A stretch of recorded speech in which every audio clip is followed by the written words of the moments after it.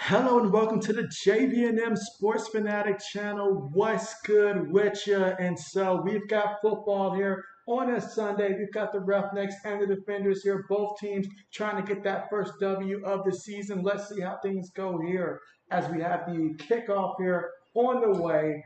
And let's see how this one plays out here between both Houston and the DC Defenders. So it looks like they'll start off from their own 35-yard line. First, we get to see Houston offensively, what they look like. Garantino and company. And meanwhile, JB's going to go ahead and get the poll question up.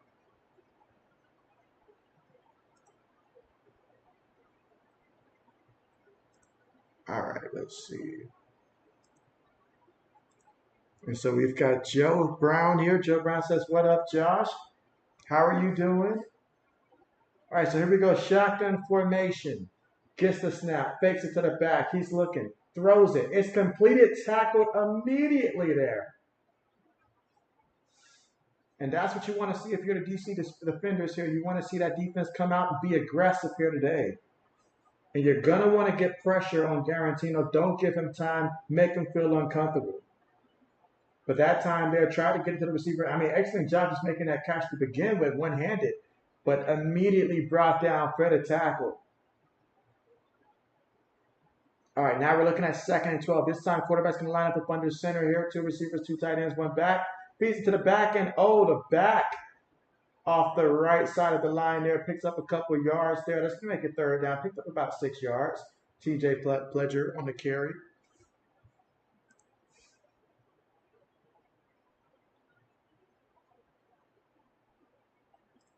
All right, meanwhile, I'm going to go ahead and get the poll question started here.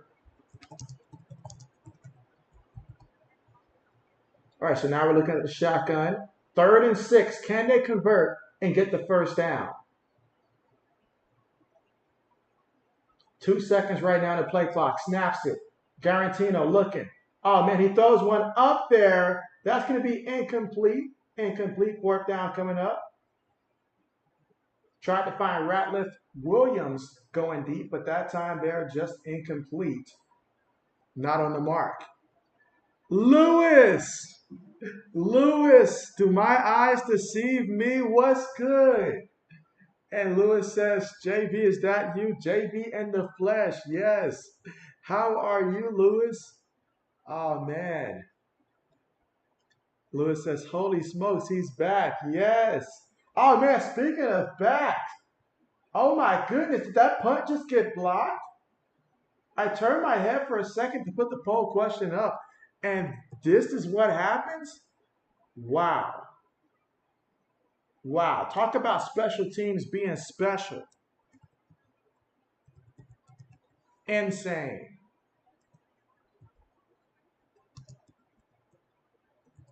Now let's look at that replay here. So he came off the, wow, I mean, wow. That's just a tremendous effort there by 55. Got a hand out there, blocked it.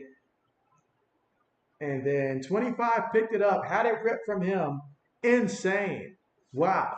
Braden, what's good with you? I know you're watching that Iowa game, Braden. That is a game of a game. That is a game of a game. I mean, just absolutely amazing. All right, so got the poll question up now. And so Braden says, hey, JB, and then picked. And so, all right, here we go. Feeds it to the back, and the back. Gonna lose a couple yards on the play. Going backwards, wrong direction there for Harris. It's gonna make it 2nd and long coming up.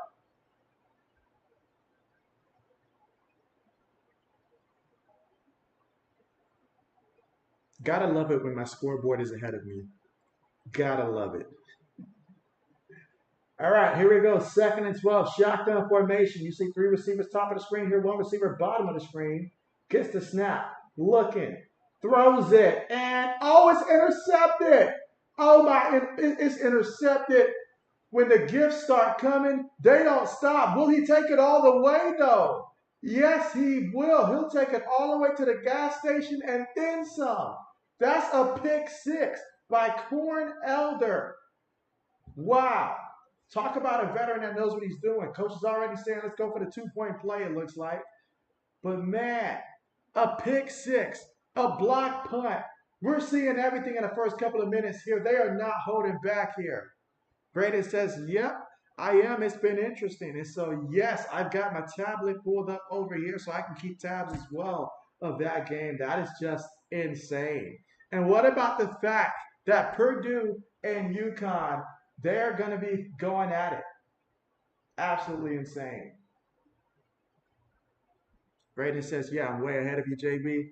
And so, yeah, JB's going to go ahead and refresh on my end and see if that speeds it up here, because JB cannot be that far behind. Cannot be that far behind. Looks like they failed the 2-point attempt there. Lewis says, my favorite sound of pick six. And so I expect nothing less from a Bears fan. Speaking of the Bears, Lewis, how do you feel about the move going away from Justin Fields, sending him to Pittsburgh and stuff like that? How do you feel about what the Bears are doing? Obviously, you guys picked up Keenan Allen. I'm jealous. I wish I had a guy like Keenan Allen on my side, opposite of a DJ Moore. And so whether it's Caleb Williams, who I personally still think is going to be Caleb Williams, but aside from that, it could be Jaden Daniels. It could be Drake May. Who knows? Who knows? Braden says he hopes UConn wins. And so I'm actually rooting for Purdue to win that one. I mean, do it for the Big Ten. Do it for the Big Ten. I feel like UConn wins it a good amount when it comes to basketball. So let Purdue get this one.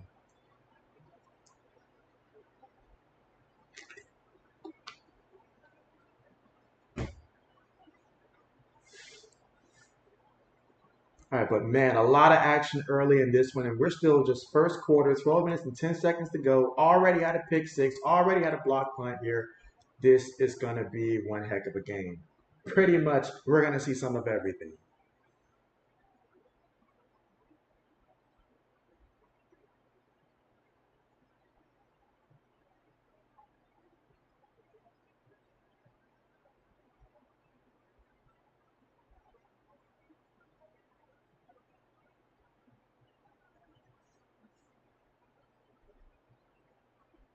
All right, so we're getting ready to return back to the action here.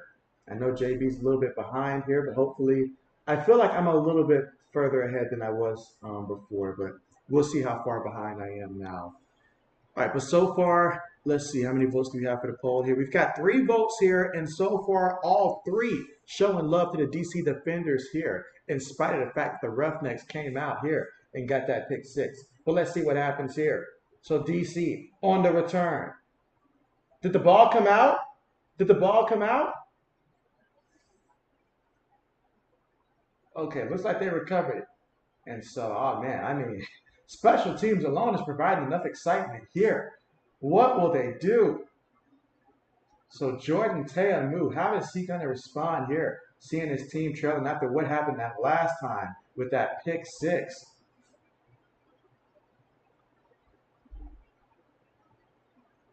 If I'm the DC Defenders, I'm looking to really establish that ground game today.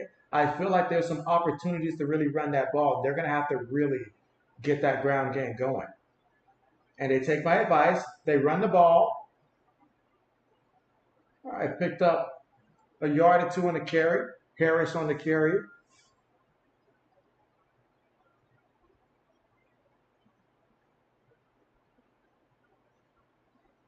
Let's see. Lewis says he would have preferred Fields trade down and pick up Harrison. And so if I was the GM, I'd have stuck with Fields as well, especially after that last acquisition there. But sometimes the kid just needs a fresh start. In Pittsburgh, I wish him well down there. All right, they do feed it to the back, and the back kept his balance there. Picked up about 7 yards on the carry. Okay.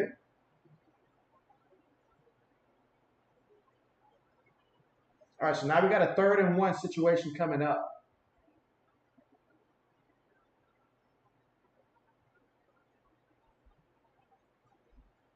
Let's see, Braden says that kicker from the Michigan Panthers hit another 60 yards. Yeah, it was like 62 yards. That's insane. Meanwhile, they feed it to Harris again, and Harris loses 3 yards on the carry. That's going to bring up 4th down here. And so that's what you want to see from your defense there. And we've seen the impact the special teams has had already. So let's see how it looks here. But 4th and 4, they will have to punt the ball. And that time the defense said, we're not just going to let you line up and give it to Harris here. They say that's not going to happen. It's not going to happen. So he lost 3 yards there. So far, Harris today, 4 carries for 4 yards. Again, Houston's up 6-0. Okay, I don't know how that happens with the play clock. It goes from 0 to 25, but okay. Punt's on the way. Let's see if we get a return here. Gets it. Looking to make a move. High step someone. Takes it to about the 19-yard line of Houston, and that's what they'll take over again with the lead right now, 6-0. Oh, man, what's good with you? Oh, says, what's good, JB and chat? How we doing today? Hit that like button. If you're new, welcome. You say, by the way, DC defenders need to lock in and take this W. It's time to lock in and take the W per old man. Absolutely right. But yes, Ode, if you're looking up in the chat high enough, you've noticed that we've got Lewis here.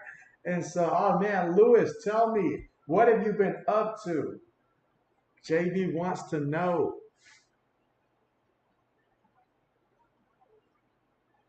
And again, we're currently right now at the commercial.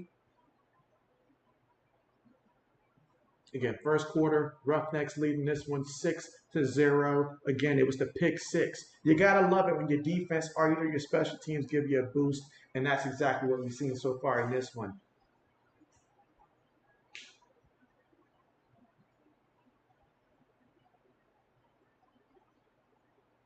Absolutely. But yes, earlier today we got to witness the Birmingham Stallions come up with a W, 20-13 over the Michigan Panthers. And so, Mike, what's good with you? Mike says, yo. How are you doing today, Mike?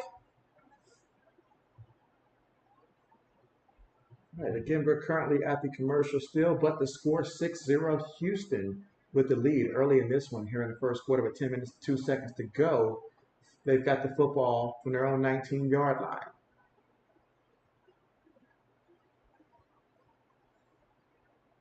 And I'm pretty sure most of you are probably keeping your eyes open for that Iowa versus South Carolina matchup for the women's college hoops. And what a game it has been. What a game. South Carolina women is up right now 49-46 last I checked. Sorry, make that 53-46. They start the third quarter now. So, very intriguing matchup.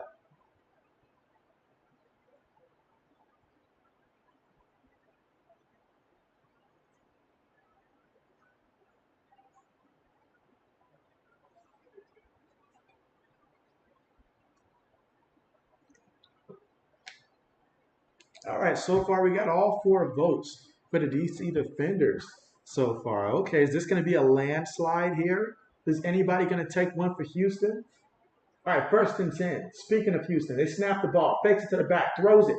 Oh, his receiver juggled it and dropped it. The ball was right there, son. It's right there. You literally got to make that catch. You got to make that play. Help your quarterback out.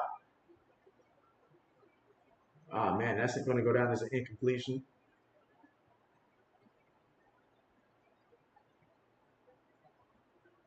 All right, so now we're looking 2nd and 10. Again, first quarter with about 9 minutes and 38 seconds to go. Shotgun formation. Receiver goes in motion. Gets the snap, looking. It's a screen. Gets it to the back. Oh, excellent job picking up the first down. Excellent play call there. That time you do a little bit of motion there, get the defense attention. Then you run the screen there to your back. And a way to get Fletcher going here. So, I'm sorry, Pledger going. I keep saying Pledger, but it's Pledger. And so let's see.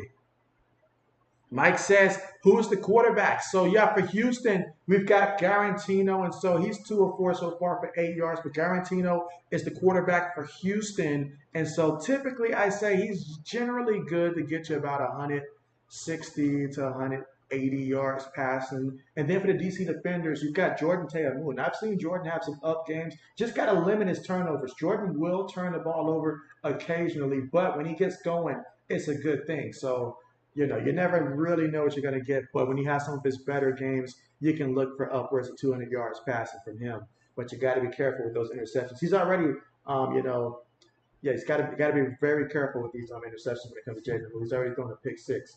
But Houston right now, the beneficiary of that pick six. There is a penalty. Let's see. Oh, it says, glad to see the gang is almost all here now. Just need 80s. And so, yes, absolutely. I was thinking that earlier when we saw Lewis there. I was like, just got to get 80s to come back through here. Because I really want to know how does he feel about Saquon Barkley now.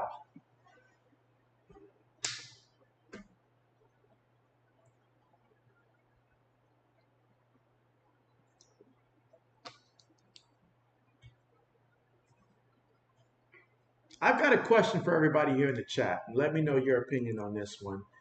When it comes to a superstar player on your team, like let's say you're the general manager, you have this young player, he's a young star, but his attitude is definitely like, I'm not going to say disruptive to the team, but it's definitely there.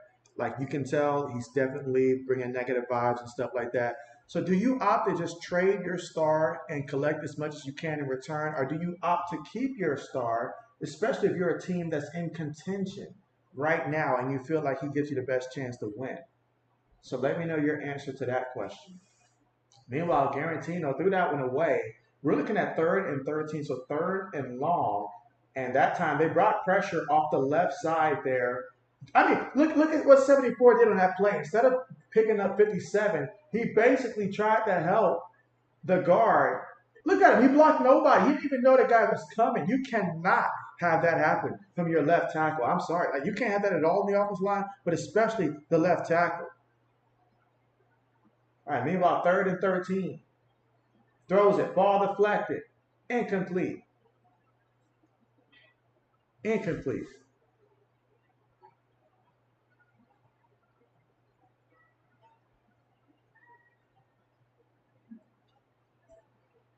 All right, let's see. All right, so it's going to bring up 4th down.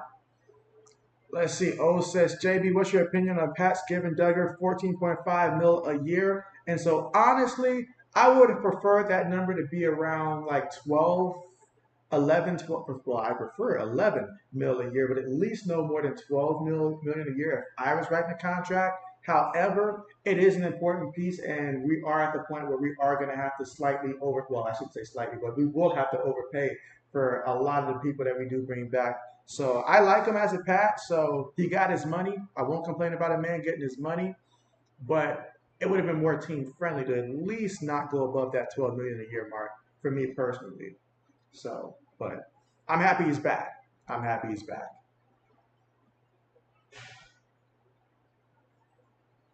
It's important that we keep guys like him around.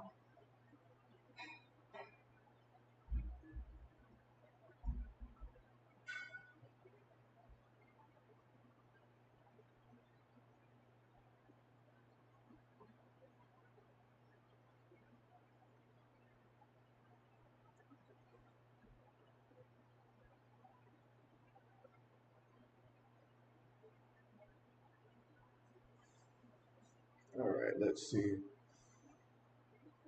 All right, I see at least we got, okay, 2 votes for the Roughnecks. Okay, we're getting some votes in. Keep the votes coming in. Let's see if we can surpass, let's see, we're at 6 right now. Let's see if we can surpass 12 votes by the time we get to the end of the first quarter, since we are right now currently at the commercial. First quarter, 6 minutes and 45 seconds to go. And right now, Roughnecks are up 6-0 over the DC Defenders.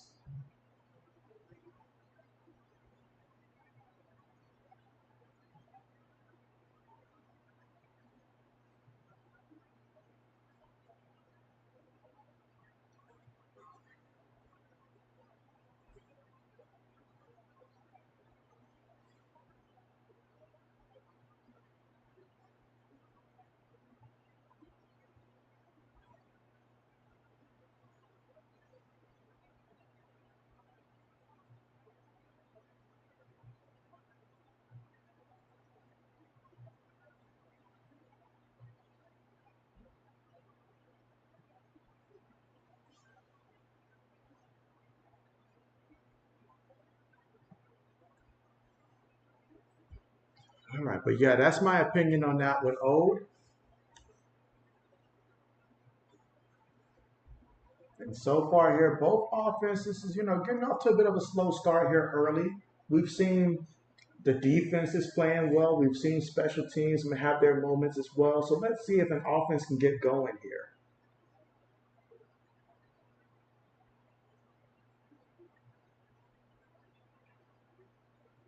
Let's see. O says, I agree on Duggar. He's a good player, but there's no Bill or Brady. So right now, the only way to keep or bring any good players, we have to overspend it. So yes, absolutely. And it is important that we have guys like that because we're going to need our defense. We're going to need our defense. Meanwhile, bootlegging throws that one. Oh, he was hit real hard from behind. The tight end got walloped there. I hope his back's okay. I hope his back's okay because Foster came in and, hey, he brought the wood there. So another incompletion.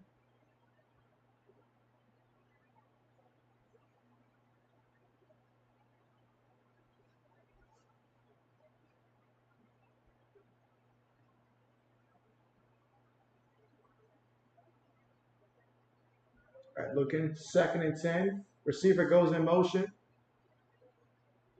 throws it, gets the completion there. 19 yards on the play. And that is Kiki with the catch, former Houston Texan.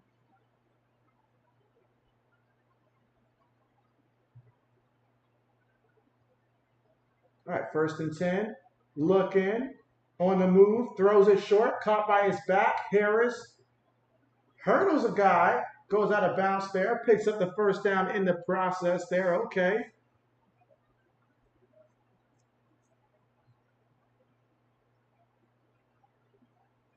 Let's see. O says plus throw in, shows young players, hey, you work your butt off, and no matter what round you pick, you get paid for it. Absolutely, absolutely. That's how it should be. Quick pass, caught by his receiver, fighting forward. Going to be about a yard shy of that 1st down marker, and that was Herman with the catch.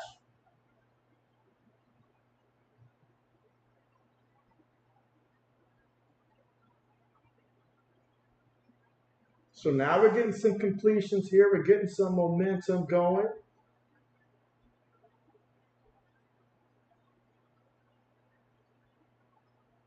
Second and 2.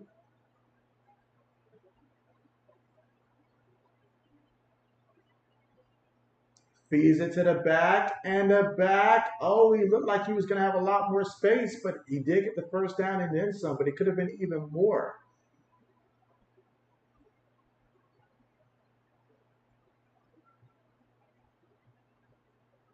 Definitely the best drive so far in this one offensively, but let's see if they can finish this one off. Gets it. Feeds it to Harris again, and Harris is going to pick up a couple yards there.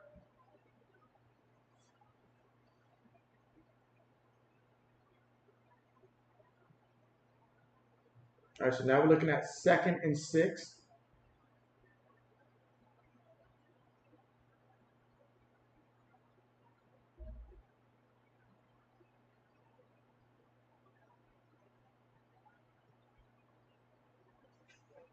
All right, 2nd and 6. Gets the snap out of the shotgun. Looking, finds his back, and he's going to be about a yard shy of that 1st down marker.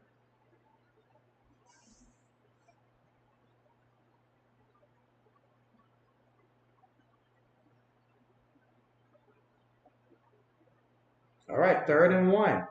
Can they get the 1st down? Can they keep this train moving? They are 10 yards away from the end zone, but they need 1 yard for the 1st down. And Jordan's going to look to run it himself. And oh, look at that. He's about 2-3 yards shy of the end zone.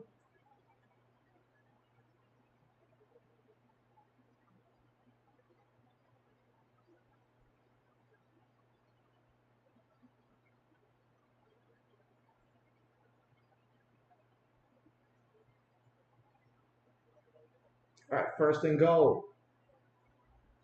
Feeds it to the back, and nope. Going to get brought down there.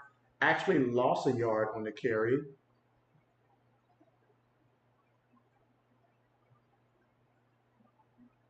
and that was Hagan on the carry.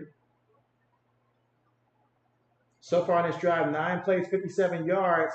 And look at that. They tried to get a free play off right there, but unable to convert on that. But there was movement there by the defensive line, so that's going to go ahead and gift them with a defensive offsides there.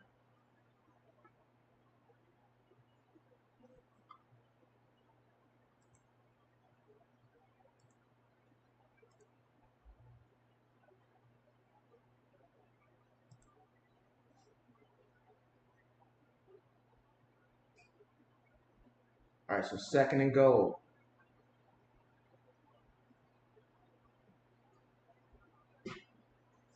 All right, let's see Houston. Can Houston's D-line here come through for them, or will DC find a way? Gets it. Jordan on the move. Jordan still short. Still short. They're not letting him punch in his ticket right now. 3rd and goal. 2 minutes to go here in the first. And right now, Houston's defensive line says, hey, it's not going to happen like that. They said find another alternative.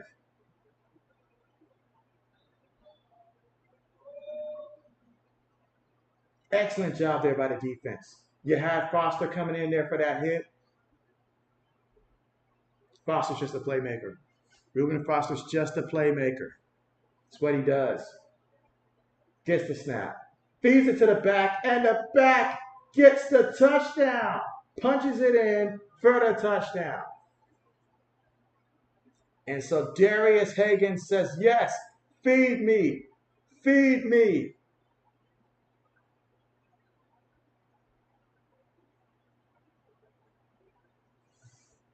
It was a team effort on that drive. There were some passes, there were some runs. It was a team effort. And now we're all tied up 6-6. And we're going to look to see the extra point play.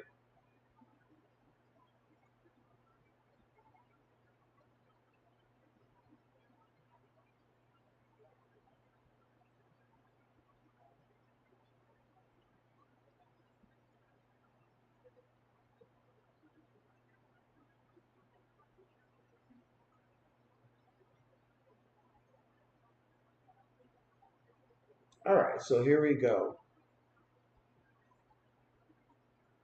So we're going to look at the 2-point play here. Lines up in the shotgun, receiver going in motion. Snaps it. Jordan throws it. Incomplete.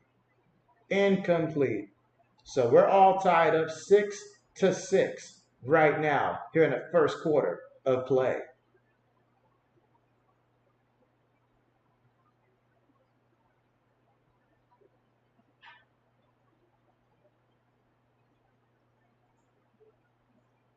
And that will take us to the commercial.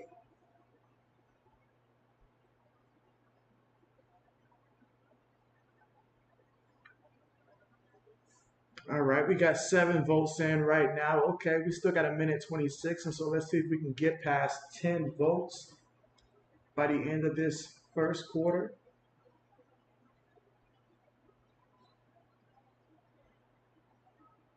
But that drive was 11 plays, 60 yards, in about 5 minutes and 19 seconds in terms of time of possession off the clock on that drive. And again, Jordan Taya moved 4 of 6 in this game for 43 yards passing. Does have an interception in this game, and what an interception it was, the pick 6. But now we're going to see Houston get an opportunity to respond here after watching the DC defenders drive it down there and score. So now we're going to see what Houston does this time out.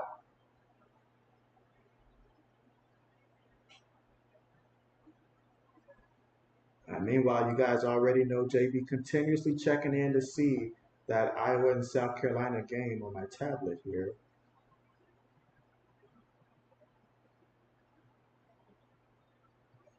But what a game. South Carolina up, what, 57-53?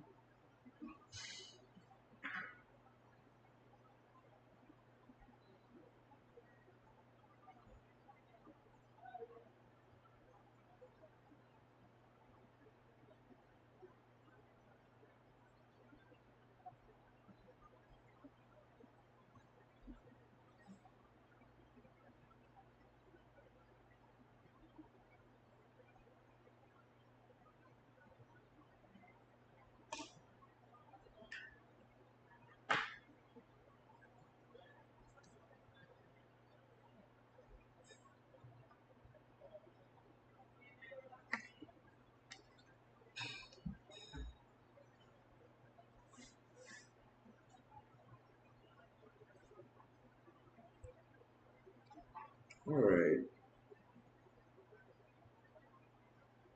And again, you look at the total stats for the game so far. I mean, DC defenders have a total of 64 total yards in this one, 43 of which came from the passing, 21 from the ground. And then you look at the Houston Roughnecks, 22 total yards here, 9 passing, 13 on the ground. They've also got 2 penalties so far in this game against them. Old says DC needs to get going on offense. Defense been good. And so, yes, time to compliment each other out there because that's what it comes down to. Kickoff on the way. All right, we're going to get a return here. Looking to find a lane. Gets brought down at about the 39-yard line. Again, first quarter with a minute and 19 seconds left to go here in the first. All tied up 6-6.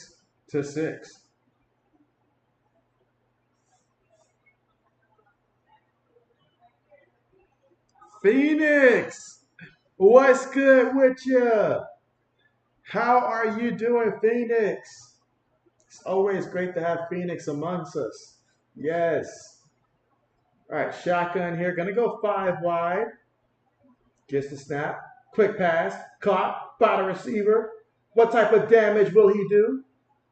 Gets brought down.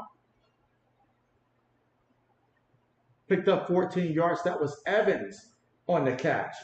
Big play, Evans.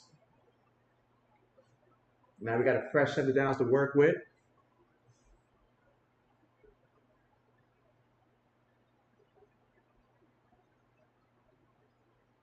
All right, here in the shotgun. Trips at the top of formation, one receiver at the bottom. Snaps it, feeds it to the back, up the middle, met by the D-line. They say, nah, not going to happen. They say, not going to happen.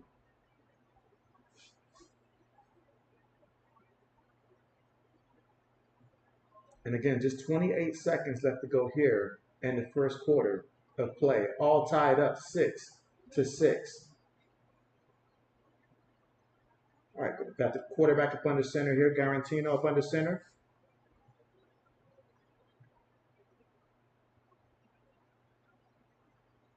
Feeds it to the running back. And yeah, he's going to get back to the line of scrimmage, but get absolutely nothing here.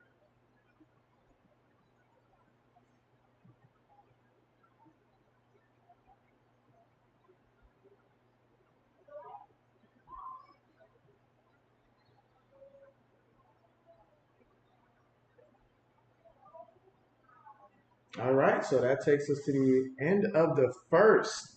So we've seen a little bit of everything, guys. We've seen a block punt. We've seen a pick 6 here. We've seen the offense put it together here for the DC defenders to get into the end zone, tie things up. We have seen it all just about.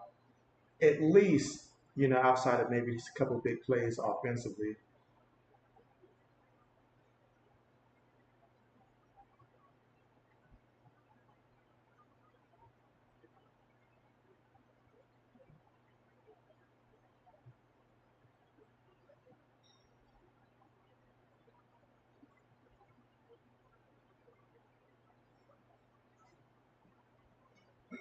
Let's see. Braden says Iowa down by 9 at the end of the third. So, Braden. That is not the direction I was hoping this is going to take. Down by 9. This is going to be. They're going to have one heck of a fourth because even the first quarter they outscored South Carolina 27-20. That was their best quarter, so they're going to have to put together something even better than that. Second quarter they were outscored by South Carolina 29-19. So, oh boy. But do keep me posted.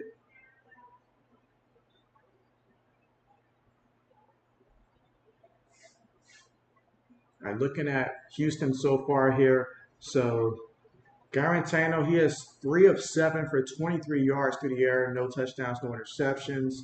On the ground, TJ Pledger's got 2 carries, 13 yards. Evans, he's got 2 carries, -1 yards.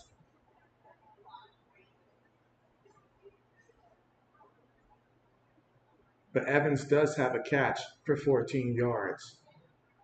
And Pledger has a reception as well for 11.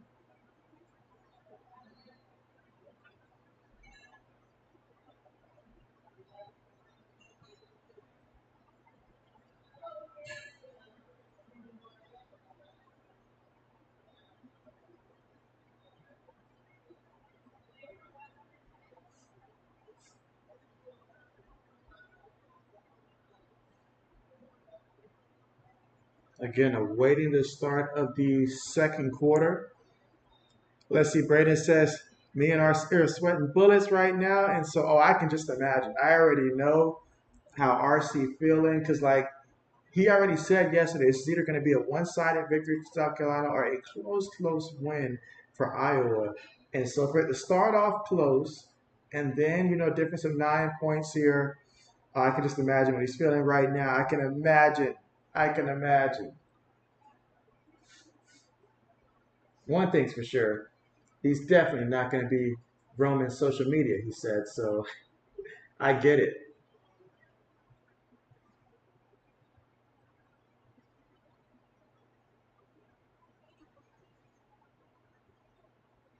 I hope it does come down to like a last second, like 3 point shot from like almost half court. That would be incredible.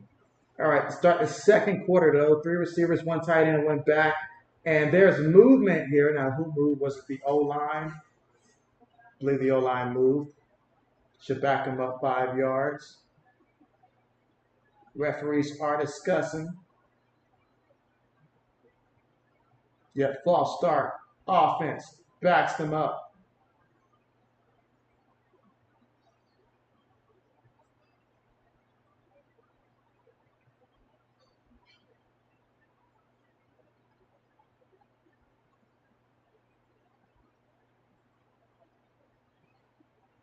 All right, so now we're looking at a 3rd and 15. So far in this game, 0 for 2 on 3rd downs. Will they continue to keep that trend or will they find a way to dig deep and change things here? Different quarter, will we get a different result?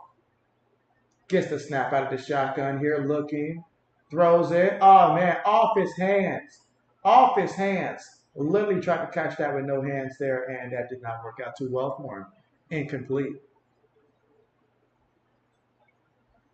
Let's see. O says this might come down to a late second field goal. Both defenses have been locking up. And so I am noticing that. But that's a pass and catch. You got to complete. Would it have given them the first down? No. But, I mean, at the same time, though, you look at how far behind it was your receiver. He's literally right in front of you. I think I would have gotten that pass there. But here we go. Let's see the punt protection here. Punt's on the way. All right, it's going to go into the into the end zone there. Not a bad punt attempt. If that changes just a little bit, we're talking about a game changer for field position.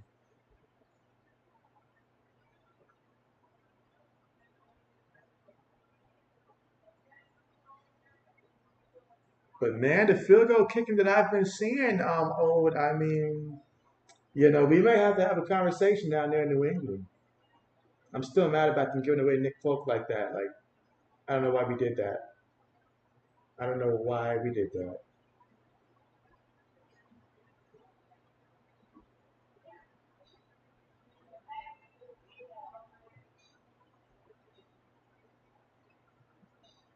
All right, good old Reuben Foster and company. Let's see what they look like defensively right now. DC defenders with the football. Receiver goes in motion here. They're going to toss it here to the back, and the back is going to still on his feet here before he gets brought down eventually. Second down coming up. And that was Higgins there for 6 yards.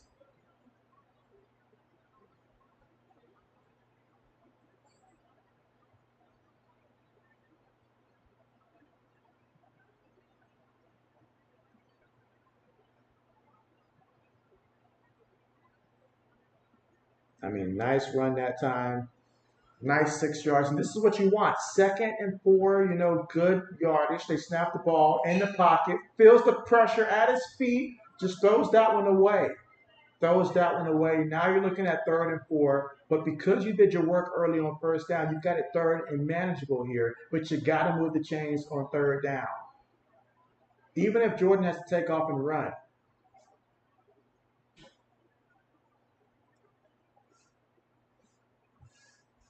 Again, we're all tied up 6-6. Facing a 3rd and 4 right now for the DC defenders. Shotgun formation. Gets the snap. Looking. Jordan on the move. Jordan throws it. I don't know why you threw that one, honestly. There was two guys on him. He didn't look open there. But how about Foster? I mean, Rupert Foster's been showing me the last couple of weeks. He's a lot better in pass coverage than I remembered. Maybe it's been a minute since I've seen him, but I mean, look at that. Look at that. Read that one. His presence, he was there if the quarterback would have taken off. And I mean, honestly, quarterback hit him with the football. I'd be looking at my quarterback like, what are you doing, bro?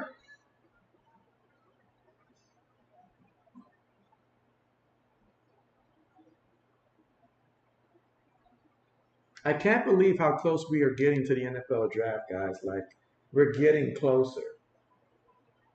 All right, fair catch. So they'll take over from the Houston 24-yard line after the defense came up big for them. Here in the second quarter with 12 minutes and 29 seconds to go.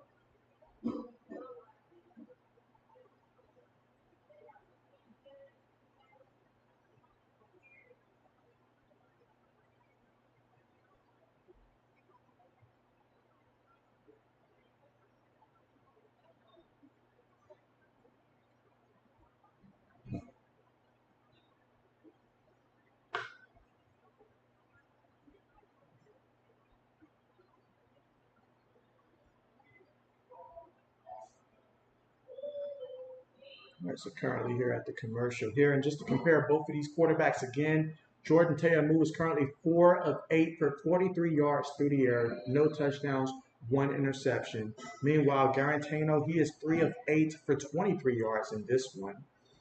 If you look at the ground as a team, Houston, they have 4 carries for 13 yards. 13 of those yards all come from TJ Pledger. His longest run of the game is 7 yards. Now, Evans, he does have 2 attempts, no yards so far to his name. Meanwhile, for the DC Defenders, they have a total of 11 carries for 26 yards.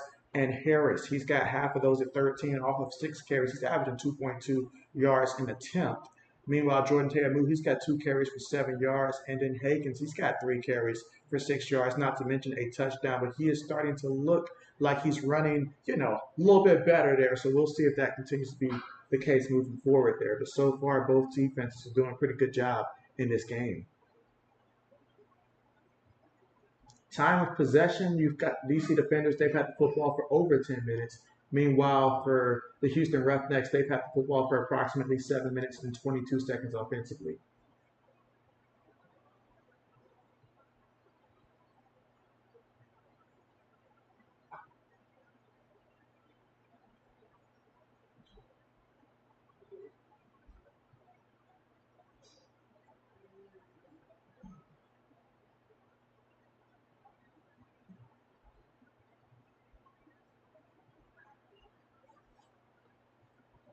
Oh man, it's the medical staff over there looking at Garantino. Oh wow. So this is going to put Reed Sennett in position right now. So we'll see what he does. But man, you hate to see injuries, of course. And you look at him walking gingerly on the sideline there. I hope he's okay.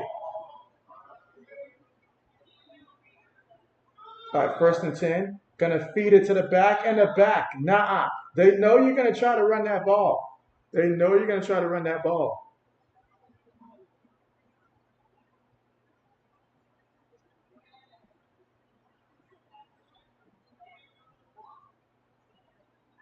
Now again, looks like it could be his back right there. You hate to have those type of back injuries. All right, they're gonna have 4 receivers here, shotgun formation.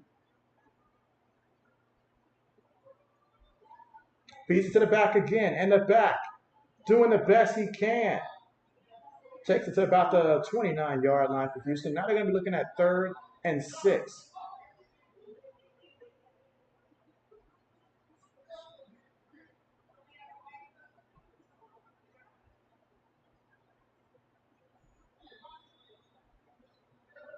But yeah, Jared Garantino definitely in some pain over there on that sideline. All right, but 3rd and 6. Let's see what happens. They're going to go 5 wide here.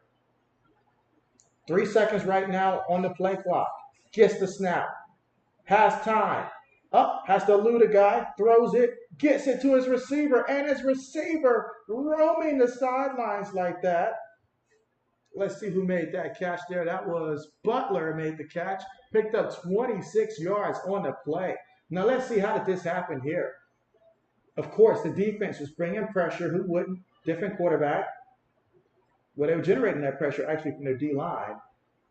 But wow, they just let the receiver just get open on that one. Quarterback found him for the easy completion, and he got the yak on that play. All right, quarterback up under center.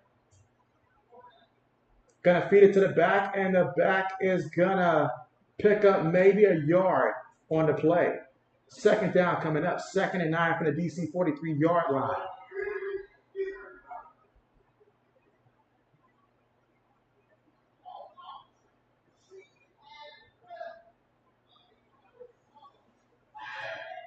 All right, so we got 2nd and 9 coming up.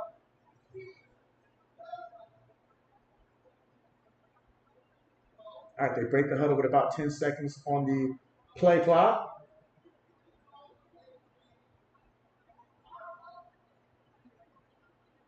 Looking, it's a screen. Ooh, he's going to be losing yards on the play. He's going to lose about 4 yards on the play. D-line says, nah, not going to happen. See, this D-line, they're being aggressive. They know that with the switch at quarterback, you're going to try to get the ball into your running back hands more times than not.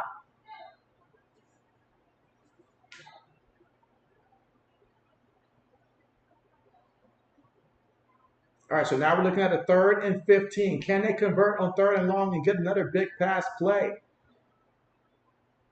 Lining up in the shotgun. Looking, throws that one. It is caught short, but that's it. He's going to lose a yard with that catch. So the last 2 completions, they're going the wrong way. 4th down coming up. Houston, they're going to have to make some game plan adjustments here.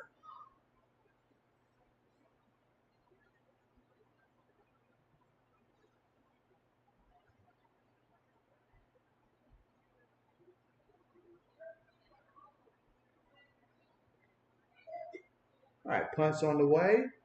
And so, hanging with Cheesehead, what's good with you? How are you doing? Braden says 78-72 South Carolina with just under 5 minutes left to go. And so, oh man, yeah, keep me updated there, Braden. Absolutely. But again, we're currently right now at the commercial, but now's a great time if you haven't done so already to go ahead and cast your vote and let me know who's going to win this matchup here. So far, DC Defenders are leading the poll here at 75%, although the score right now is all tied up 6-6, so you literally can pick either one.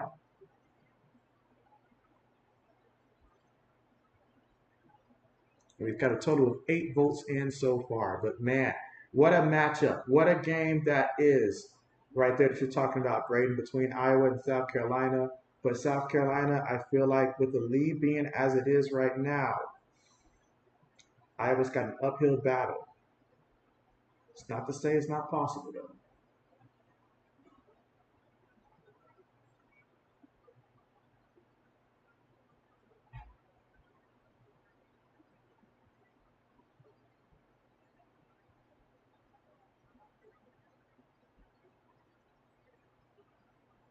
All right, and again, just a commercial here.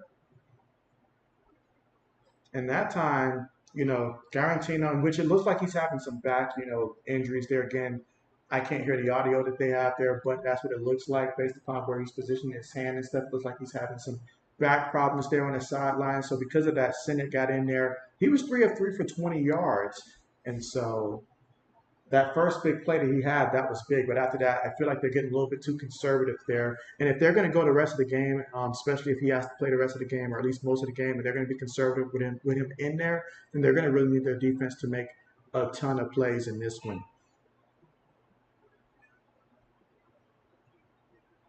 But a defensive game in this one. You look at the total yards so far in this one. The Houston Roughnecks have a total of 61 yards so far in this one. Meanwhile, DC Defenders have a total of 75 yards in this one.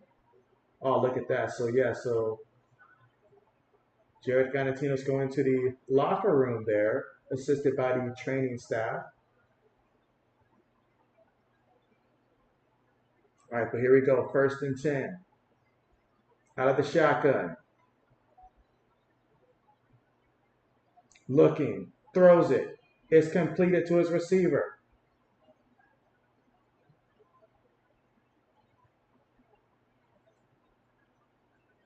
I believe that was Kiki again for another reception.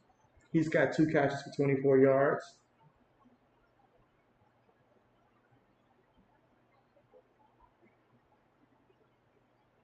Snaps it, looking. Pressure from behind. Is it a fumble? Well, the offense recovers it either way. But that time, got him from behind. Knocked the ball out. He wasn't in motion to throwing the ball, though. Again, 2nd quarter with 7 minutes and 52 seconds remaining. 3rd and 4 coming up.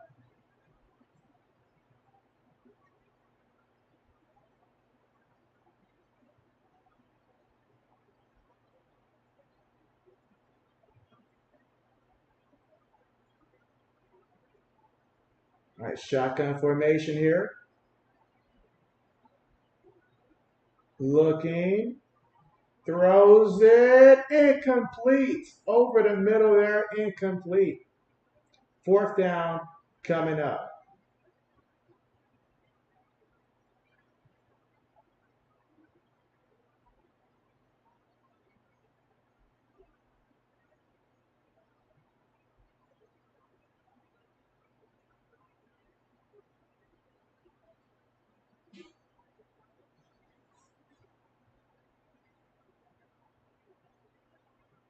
All right, so we got the punt unit up here. Going to be punting from deep in their own territory. Gets the punt off. Let's see if we get a return here. Catching from his own 35-yard line. Going to pick up a few yards here.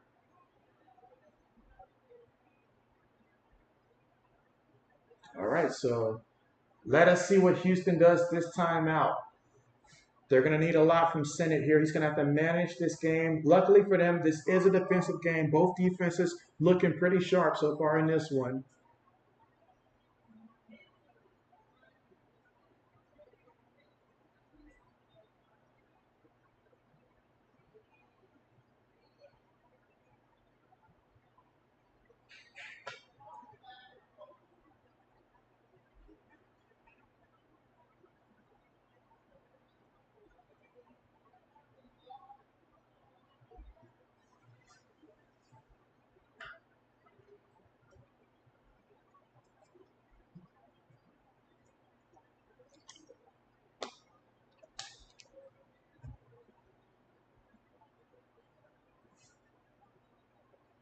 Let's take a look at the receivers in this one.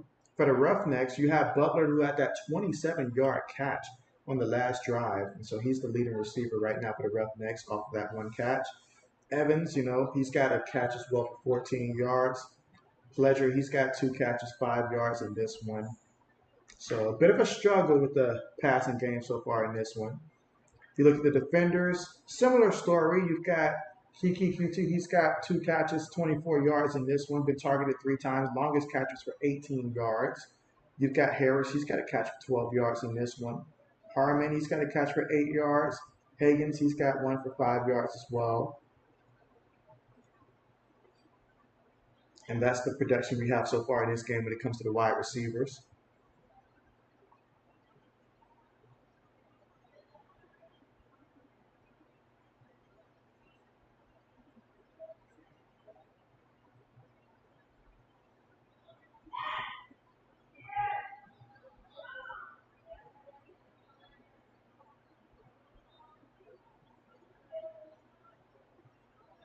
All right, so getting ready to get back to the action here, in which we're all tied up 6-6.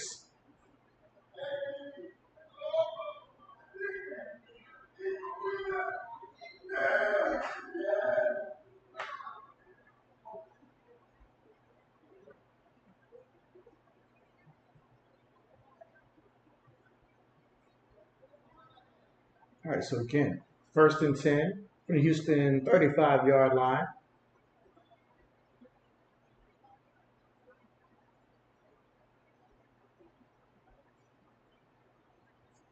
Six minutes and 45 seconds to go here before we reach halftime.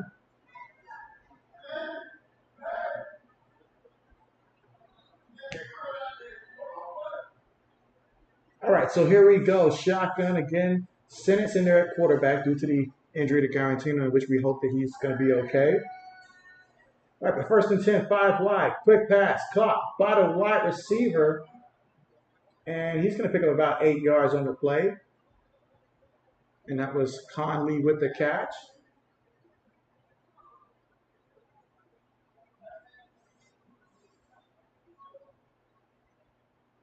All right, second and 3. One back in the backfield, 3 receivers, 1 tight end. 12 seconds right now on the play clock. Making adjustments. All right, shotgun here, 5 seconds on the play clock. Defense sends 5. Gonna take a deep shot here. That's gonna be incomplete. So you got third down coming up here. Again, was targeting Ratliff Williams there on the deep pass. Incomplete.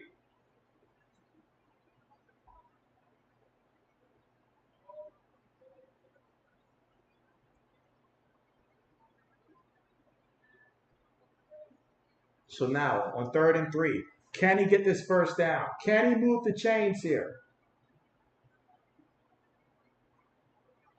Both defenses have been outstanding so far in this one, but the offense has got to make plays on third down. Defense is showing pressure. They send some pressure. He throws it. It's caught by the back. In the back, he's got more in his mind than just a yard or two. He got the first down. Excellent job there. Keeps the chains moving, and it gives your defense even more time to breathe on that sideline. So excellent job there.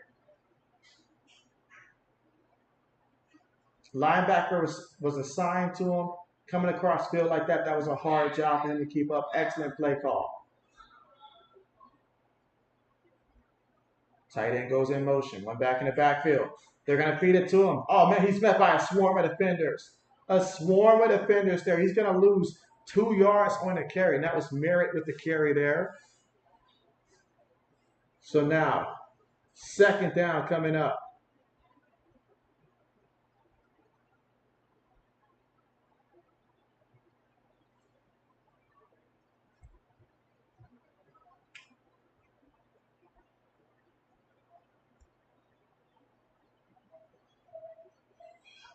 Second and 12. Shotgun. Gets the snap. Looking. Gets it completed there. That's going to be a first down. And that was Hall with the catch.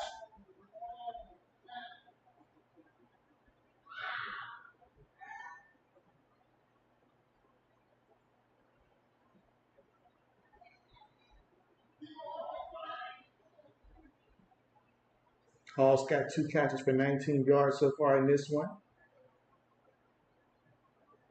3 minutes and 50 seconds to go here in the second.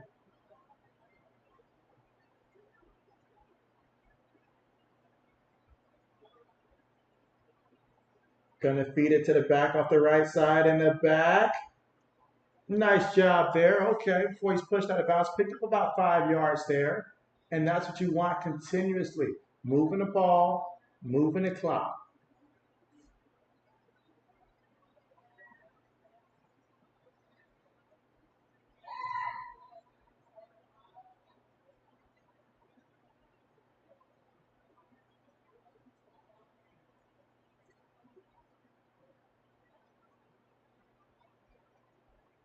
All right, so now we're going to go second and 5. Motion the running back out. Now looking at 5 wide, looking. Pump fakes, looking. Throws it. Caught up, incomplete. Tried to target Hall there, incomplete. Had he caught it, he probably would have lost a yard or 2.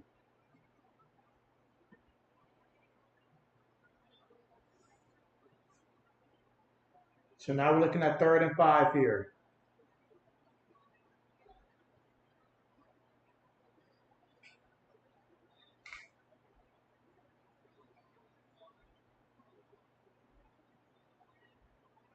right, so 3rd and 5. 5 seconds right now on the play clock. Defense sends 5. Incomplete. Tried to target the running back there. Incomplete. 4th down coming up.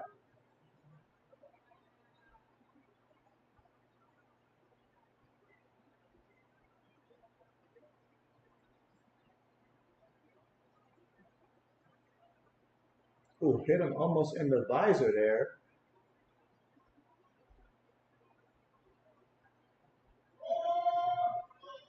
All right, so we're going to get a field goal attempt here. All right, let's see if everybody's kicker got a leg, but this should be a nice attempt here.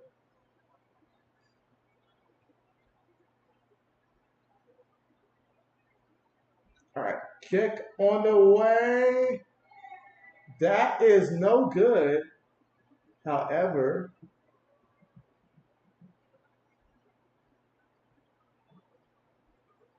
let's see a stoppage of the play here. Is it the 2-minute mark?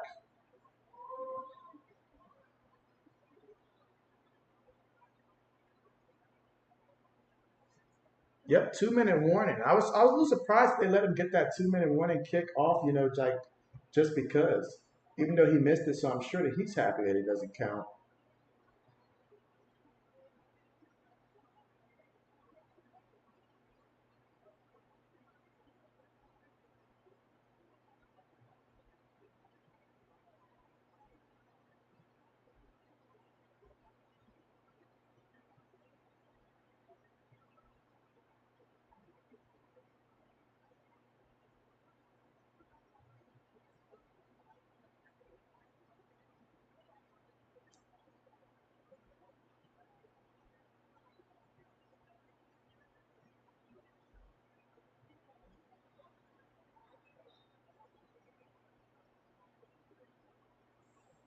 Well, I guess that is game there when it comes to South Carolina getting the W, continuing what has been an extremely impressive season.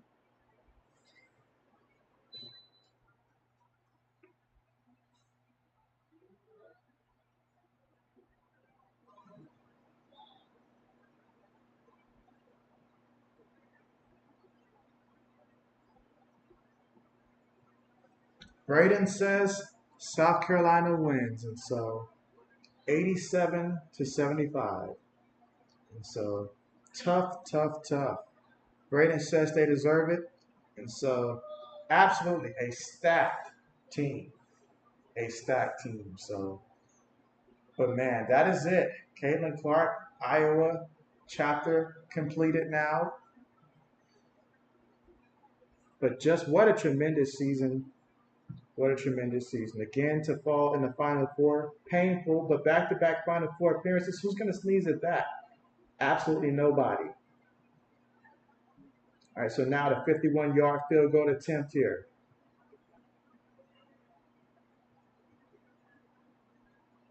Snap is good. Hold is good. And this time, the kick itself is good. Last time, he was bailed by the 2-minute warning, but he was able to convert this time out to give Houston a 9-6 lead in this one.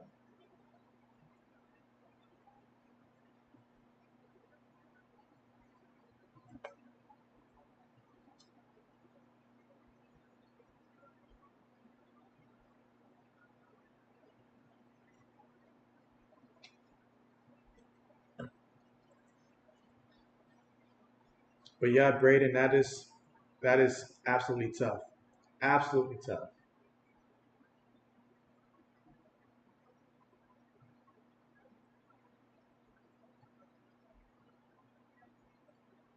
And again, a minute 55 seconds here before we reach halftime. Houston up 9-6.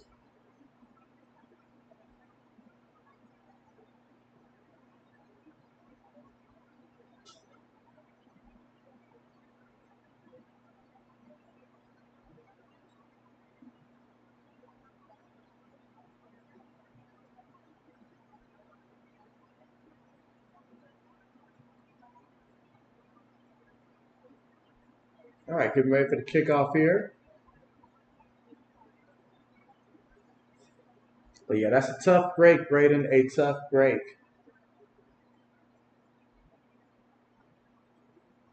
Kickoff on the way. All right, look at the return, and he's going to take it to about the 31-yard line. Okay. So 1 minute and 49 seconds before we get to halftime here.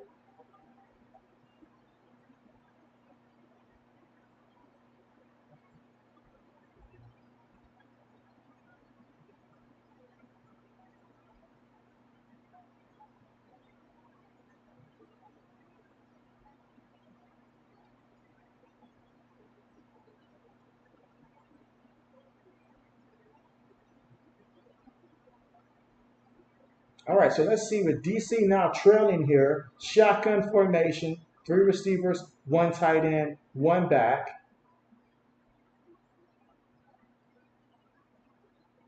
Jordan Teamu. What does he do here? Well, he's going to snap it, feed it to the back, and the back is going to get back to around the line of scrimmage. Picked up a yard, and that's Higgins there on the carry.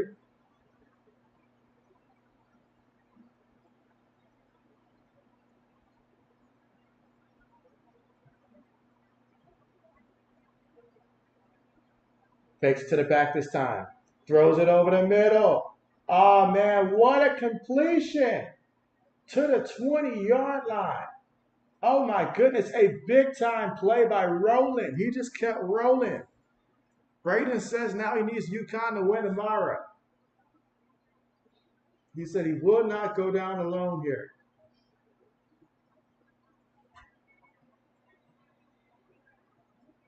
All right, here we go. Shotgun again. Looking. Throws it. And oh, what an extraordinary catch there by Rowland. He's rolling right now. He caught that one despite the fact that it was tipped by the DB, and he thinks that he was untouched there. I don't know about that one, but it was an excellent catch. Hey, look at that. Let's see. Once he makes that catch the second time, is he not touched? It looked like the DB came up to touch him.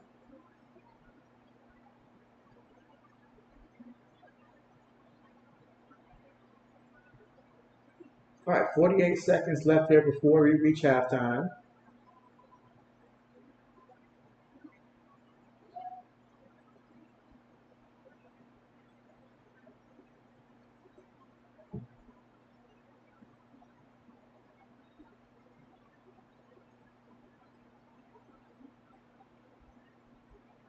All right, 2nd and 2.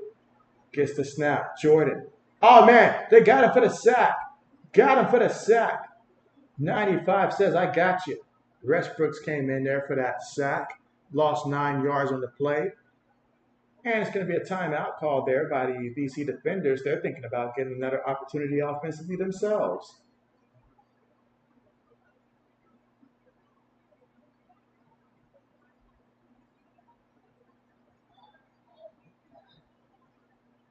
All right, so now we're looking at 3rd and 10 coming up for the DC defenders here after burning that timeout.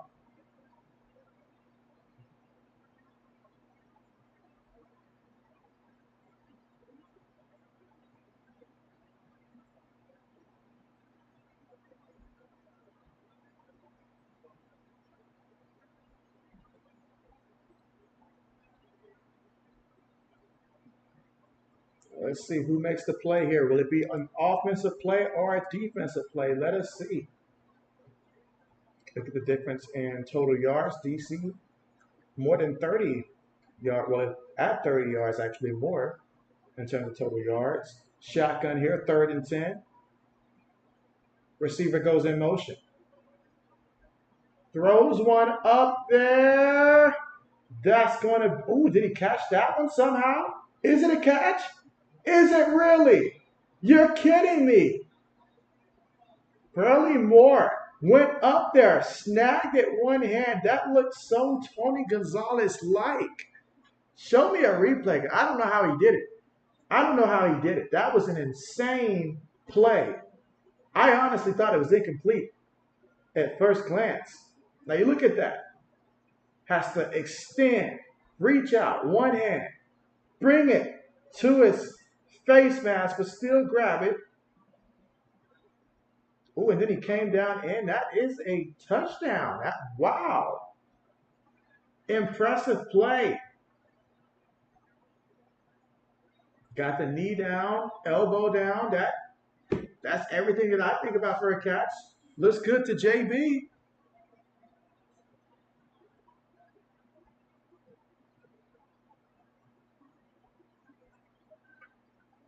Now we're looking at the 2-point attempt play.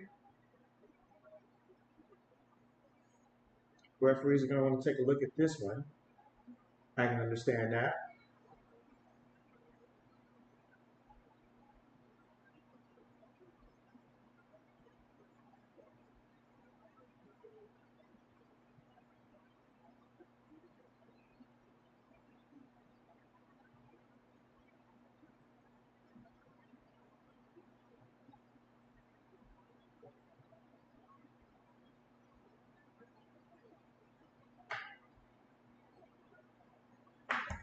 Braden says, what a catch.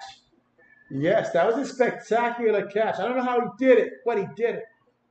And the fact that he did it, two guys around him, didn't matter. Secured the catch, made sure that there was never any doubt about him securing the football. Also, getting that knee down, getting that elbow down, being aware of where you are while this is happening full speed. Now, you might want to work on his leap and all like that. When he tried to leap, you might want to work on that.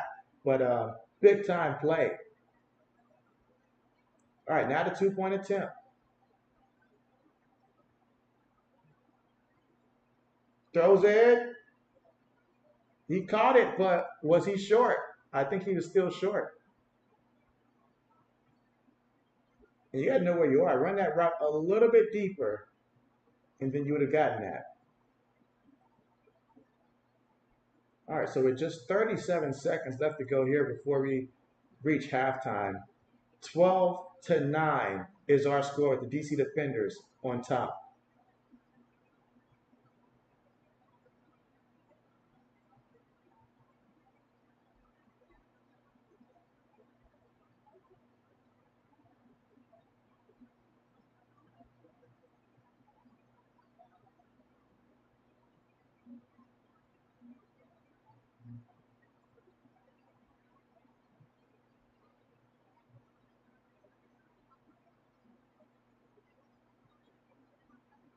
But yes, a spectacular catch there, in which excellent job by McKinney catching that one. I don't know how he did it, but he did it. He did it. And so 12-9 is our score right now. DC Defenders on top.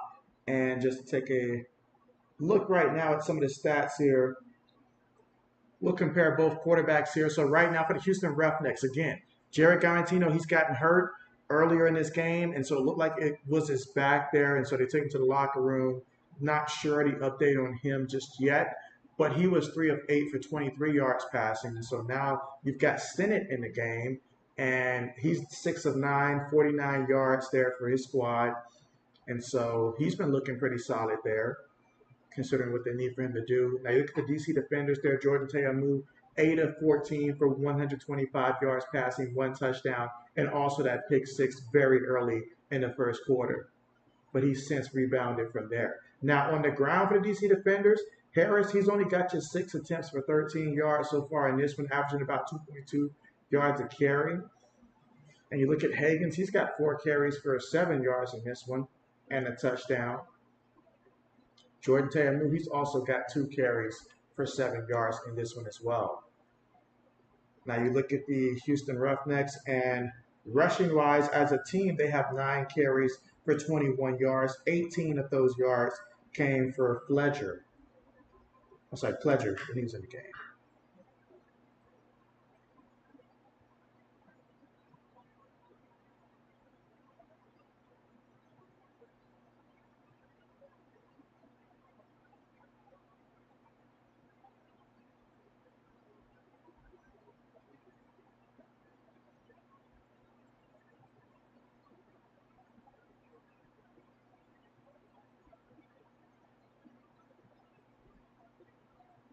All right, so just 37 seconds remain here.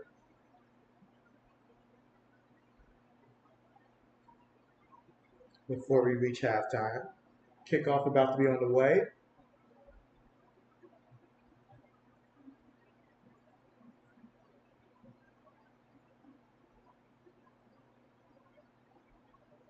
All right, so now we've got the kickoff. Let's see the return here. Oh, he almost muffed that one. Still got a good return out of it there, but certainly you want to secure that ball on the first attempt. So now with 32 seconds to work with here, let's see what they opt to do.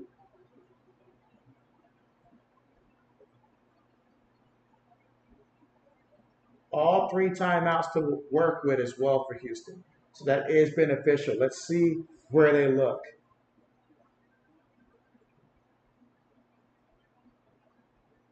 Will they attempt a deep pass here? All right, shotgun formation. You've got 2 receivers, 1 tight end. I'm sorry, 2 receivers, 2 tight ends here. Throws it. Oh, just a little too high there. If only he could have snagged that one-handed, that would have helped him out tremendously. But now we're looking at a 2nd and 10 coming up.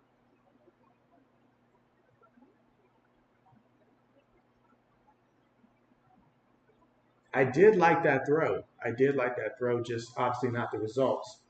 But he gave his man a chance. All right, so here in the shotgun, 3 receivers, 1 tight end, 1 back. 5 seconds on the play clock. Snaps it. Pressure's coming. He's looking. Throws it to his back, and it's back. Oh, look at him trying to keep his footing there. All the way to about the 48-yard line of the DC defenders. Excellent job there. Again, it looked like he had the option to cut it in or cut it out. Clearly, that was designed to get the ball to him fast, and he did. Excellent job. Excellent decision.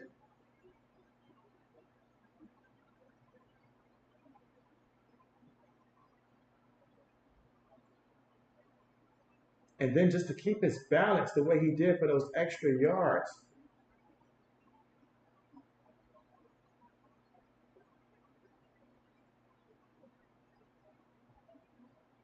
Sennett's looking pretty good.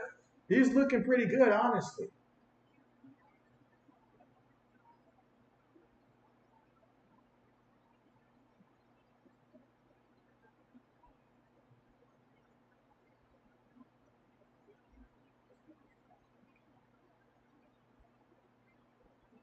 All right, so the 21 seconds here, they had to use 1 timeout, so they got 2 timeouts remaining before we reach halftime. Going to line up in a shotgun again. 3 receivers, 1 tight end, 1 back. Gets the snap. Pressure around him. It's a screen. Gets it to his back, but 57. He was ready for it. He was ready for it. Again, another conservative call there. Timeout call. I think Sennett has shown that when he does make those passes, he looks good to me to where I'd have a little bit more faith than what they're exercising in him.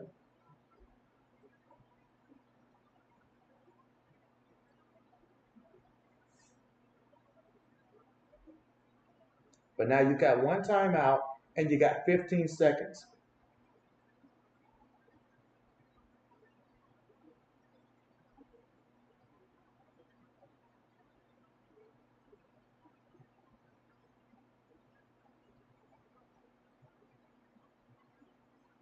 Again, you want to make sure that you give yourself an opportunity here to make that play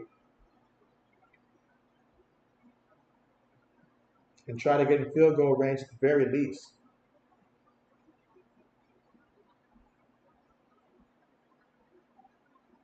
Tight end goes in motion. 3 receivers, 1 tight end, 1 back, shotgun formation. Gets the snap. Looking, throws it, incomplete. Incomplete. And they do get a flag here. They wanted a flag, and they do get one. Butler, the intended receiver on the play.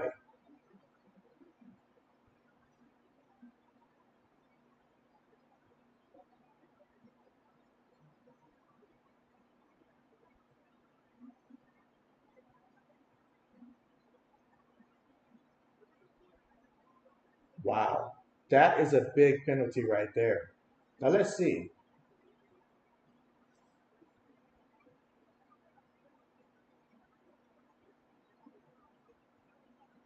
little handsy there. Have I seen worse? Yes. But was the ball catchable there?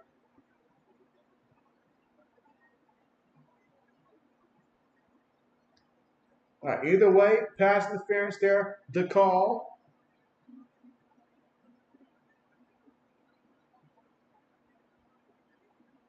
All right, here in the shotgun.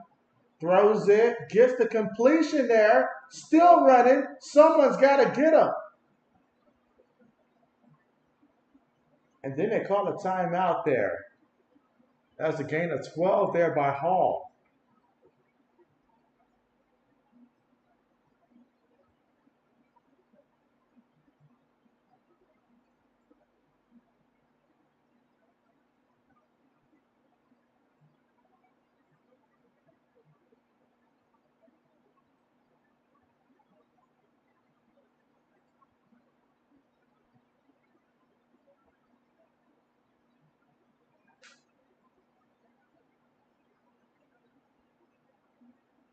All right, so now we're going to see a field goal attempt here.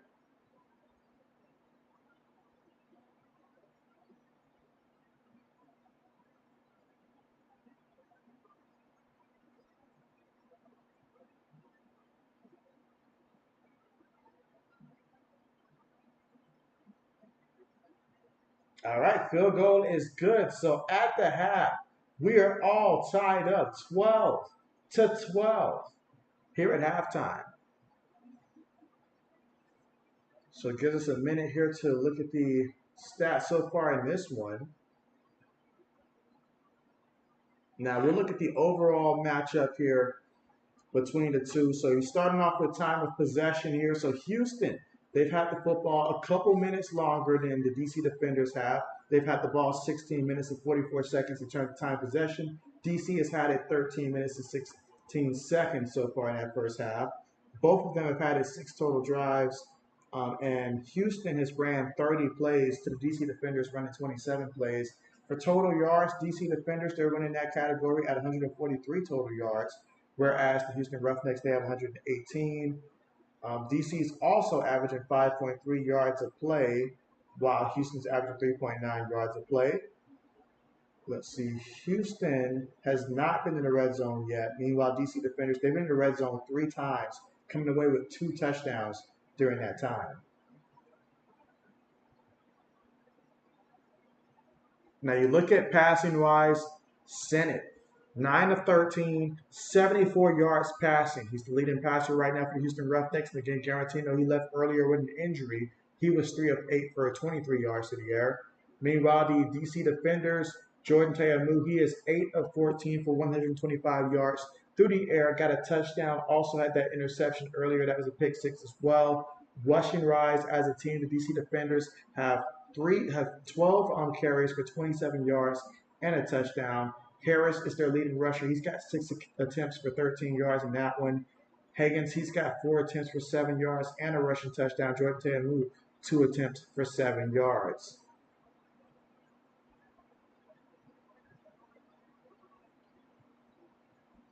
All right, so meanwhile, looking at Houston's receivers, Hall, he's got 3 catches for 31 yards in this one, averaging over 10 yards a catch. He's been targeted a total of 4 times in this one. Merritt, he's got 4 catches for 22 yards in this one, longest play today, 14 yards. Butler, he's got 1 catch for 27 yards. Evans, he's got a catch for 14 yards as well. And Pledger, he's got 2 catches for 5 yards. Now looking at the defenders, Rowland, he came hot on that last offense possession they had. He had 2 catches, 55 yards, including a 46-yard reception. You've got Kiki QT, he's got 2 catches, 24 yards, targeted 3 times, longest catch 18 yards. And then Moore McKinney, his 1 catch also happened to be the touchdown catch in that end zone, which was a spectacular effort on his part. The big tight end, he made the catch for 21 yards. That was also his only target of the game. Harris, he's been targeted 2 times out the backfield. He's got 1 catch for 12 yards in this one. And Harmon, he's got a catch for 8 yards. And so does Higgins. He's got 1 catch for 5 yards in this one as well. So we are currently right now at halftime. We've got 9 votes in the poll right now, with the DC Defenders currently leading the poll here at 78% of the votes.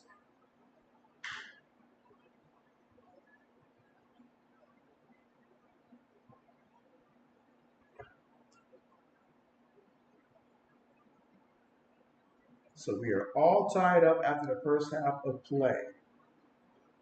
Not much from the rushing game for either team. It's been all about the pass.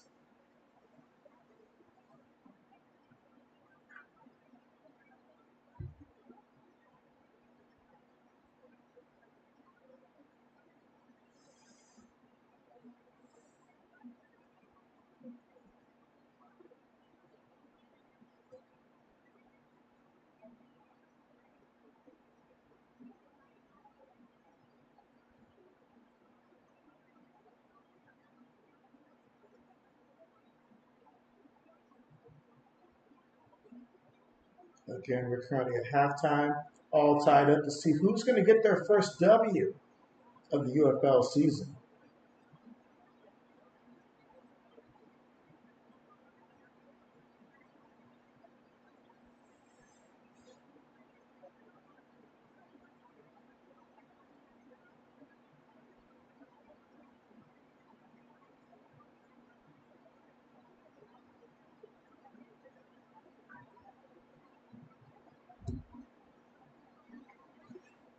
All right, so let's see.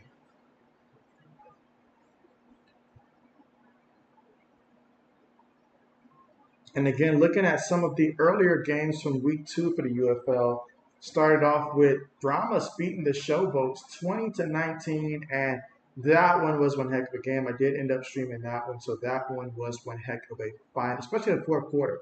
Fourth quarter just completely flipped the script in that one. And you've got the Battlehawks and Renegades. That one was also close as well. Final score 27-24. Battlehawks won that one to get their first win of the season. And then earlier today, the Stallions moving on to 2-0, beating the Michigan Panthers 20-13. And that one was definitely a tough matchup there. We know how good Michigan is, especially defensively. And so every game so far this week has been basically like a one-score game. Like, they've all been super close all week. This game, no exception. And last week we had our fair share of decent close games.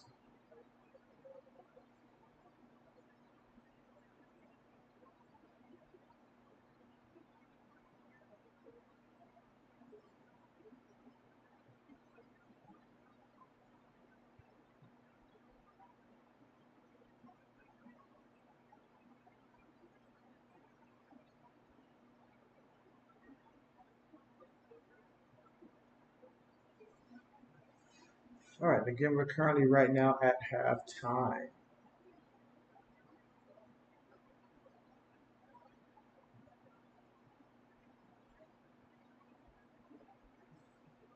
All right, and again, in case you missed it, South Carolina's women's college hoops team, they will be advancing as they won 87. I'm sorry, they won 87-75, which was heartbreaking for Iowa. Because, oh man. But if you really look at it quarter by quarter, I mean, first quarter, Iowa won that one, but there 3 quarters after that, South Carolina defense definitely stepped it up there, as Iowa did not score more than 20 points in a quarter after the first quarter.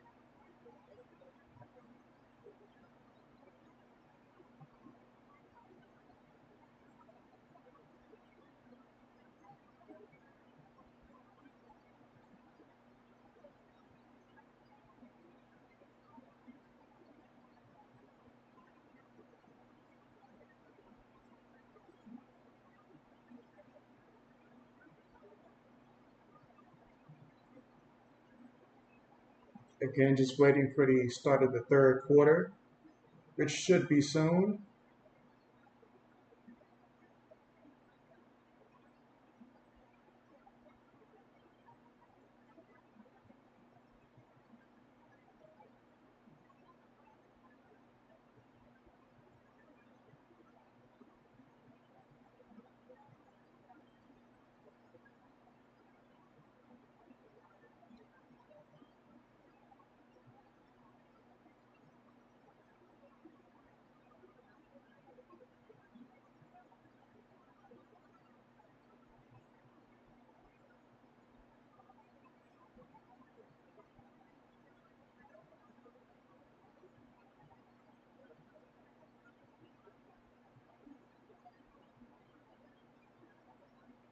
waiting for the start of the third quarter here shortly.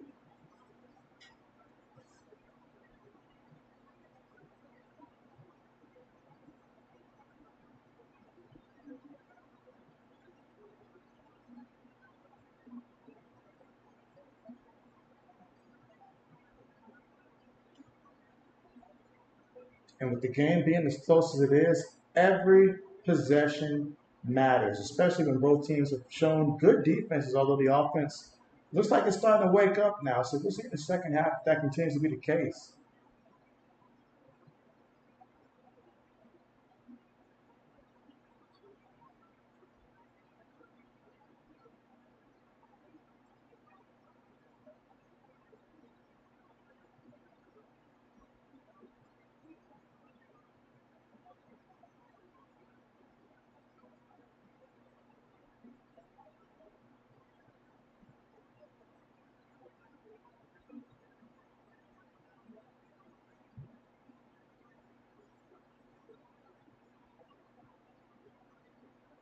But yeah, looking at that first half right there, DC defenders leading the total yards, 143 total yards to Houston having it for 118 total yards.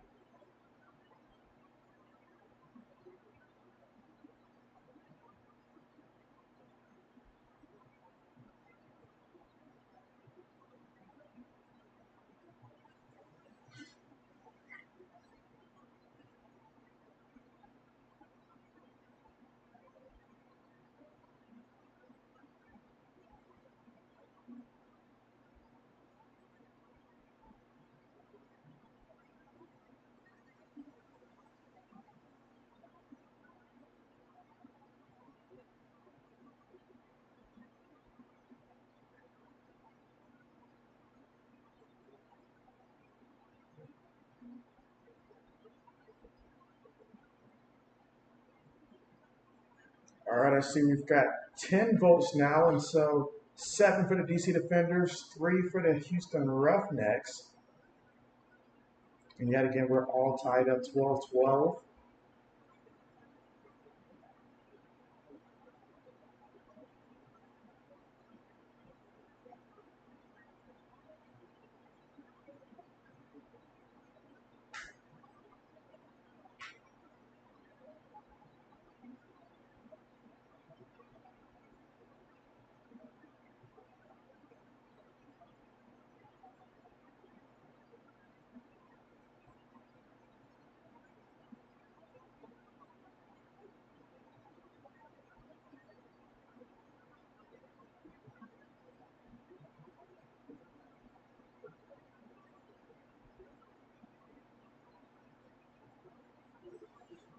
And again, we are currently right now at the commercial still.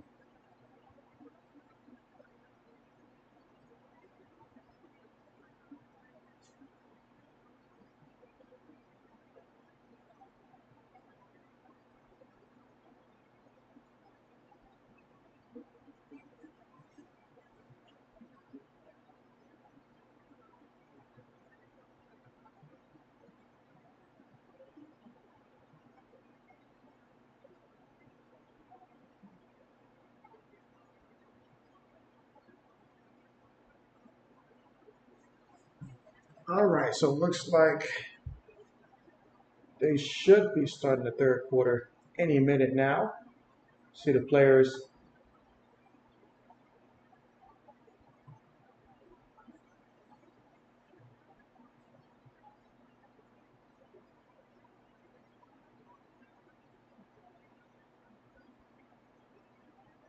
All right, to start the third quarter, and this one in which both teams are all tied 12-12, but nobody wants to be the team to fall to 0-2.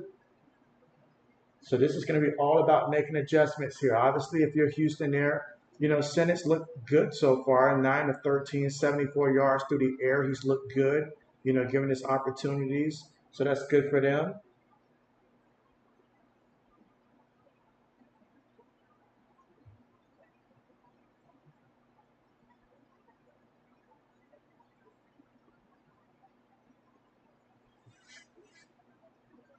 All right, so kickoff on the way. Third quarter officially started here.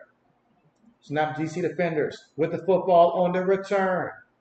And he gets pushed out of bounds at about the, let's see what they mark him out at.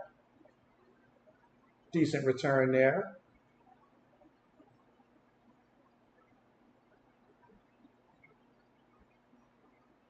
So Jordan Ta'amu, after being 8 of 14 for 125 yards in the first half, let's see what he does here.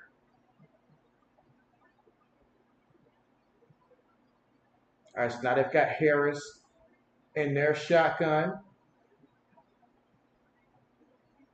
Snaps it. Feeds it to him. Oh, man, tackled immediately. Immediately. Going nowhere. Harris, he's got 7 carries in this one for 13 yards. So averaging less than 2 yards a carry. Shotgun. 3 receivers, 1 tight end, 1 back. Gets the snap. Feeds it to him when he end around. He's looking. Goes out of bounds. A way to get him involved in the play. Picked up 2 yards there. It's going to go down as a rushing attempt for him. So now we're looking at 3rd and 8.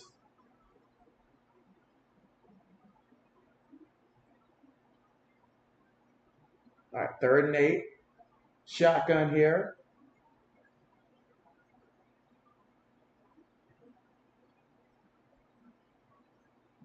Two seconds on the play clock. Got to snap it. Gets the snap. Throws one up there for Kiki. Incomplete. 4th down coming up. So they got the football first at halftime, unable to do anything with it, and they will punt the ball.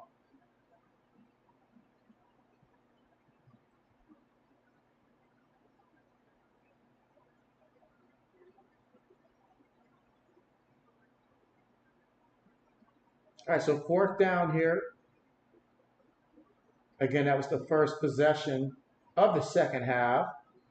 We'll get a chance to see what. Oh man, what a terrible snap that was. Ball bounced to the punter. He had to pick it up. Luckily for them, Houston just did not care about coming after the punter, because if they did, it would have been something. Now there is a flag out there.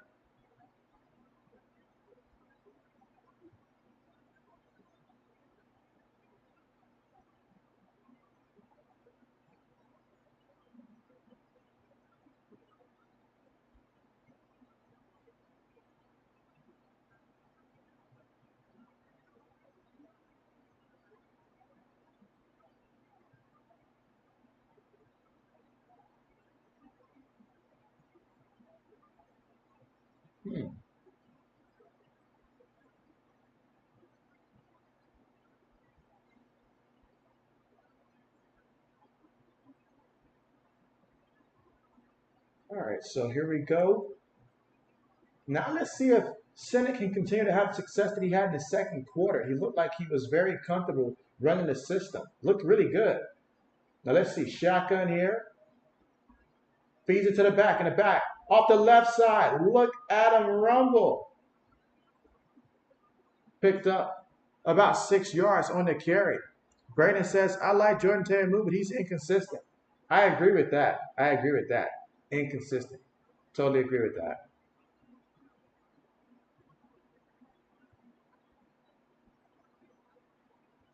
Second and 4 coming up. And again, with the game being how it is, if either team can establish the ground game, that'll be very beneficial. Speaking of establishing the ground game, TJ Pledger out there pledging defenders with that stiff arm. Picks up the first down. That was his longest run of the game, 11 yards there. He's got 7 carries for 35 yards here. And that's what you need. Go ahead, run this ball. It's a physical game. Give your defense, as much of a break as possible.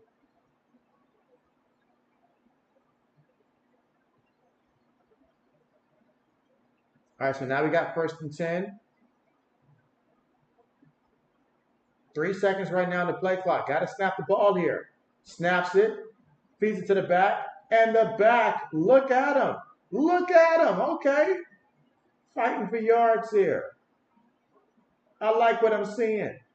I like what I'm seeing.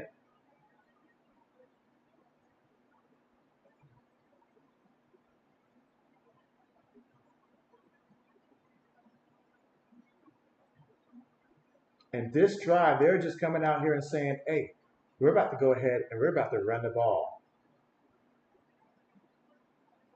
And I feel like that run is there. It's there. That goes in motion, looking, throws it. It is caught by his receiver. Takes it to the 35-yard line of DC. And look at this. Houston, we have found the solution. Who would have thought? The answer is to insert Senate into the offense. Because look at it. That time they tried to bring pressure. Offensive line, great job there, giving him time. Found this guy. Easy pitching catch there. Jay Beaster could have made that completion. Braden says, what a play. 1st and 10. Snaps it. Shotgun. Moving. Throws it. Ooh, what a catch there. What a catch and what a touchdown. That's a touchdown. All these Kikis on the field, it's hard to keep track of which Kiki it is, but man, what a play. Houston scores. He's like, you like that? Braden says, what a play. Braden says, yes, he likes that.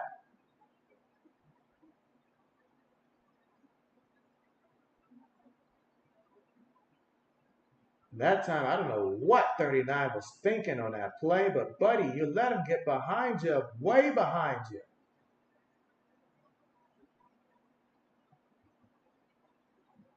My man came up and tapped the field as if he was running suicides on the play. All right, now the 2-point attempt, the 2-point play.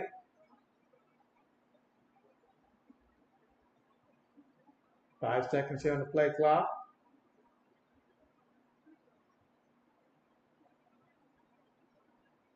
Oh, yeah, that's not going to happen. That's not going to happen. Kelly said, no, sirree. You're not going to do that to us. So now, the question is, how will DC respond? Raiden says, I don't get why he's throwing it way short of the end zone there. I don't get it either. I don't question it. I just say, well, that's what he did. But yeah, you're right. Especially we're talking about a 2-point play. It's not like they're going to get another down here. So unless you're just absolutely just getting rushed and stuff like that. You're right. You're right. You're right. But, hey, that was a touchdown. Houston's first offensive drive since halftime, and they picked up where they left off at, and Senate, he has been the answer so far to Houston's offensive problem earlier in this game. 11 of 15 for 123 yards and a touchdown pass, no interceptions. He's been spectacular, but it wasn't just all him. It wasn't just all him. You also had the ground game play a role in that one as well, where you had TJ Pledger. He has a total of 8 carries for 39 yards so far in this game, but he did bust out his longest run of the game earlier for 11 yards, and he was pivotal there. Now that they're getting, both the pass game clicking and now the run game is starting to complement it, look out. DC better figure this one out quick. Quick. They better figure this one out.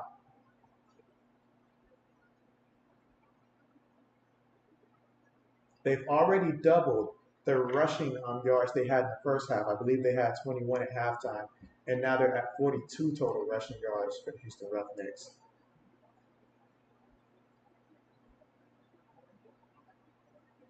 So let's see what the DC defenders do this time out. But again, that drive was 5 plays, 70 yards, and it just took 2 minutes and 36 seconds for them to get the end zone.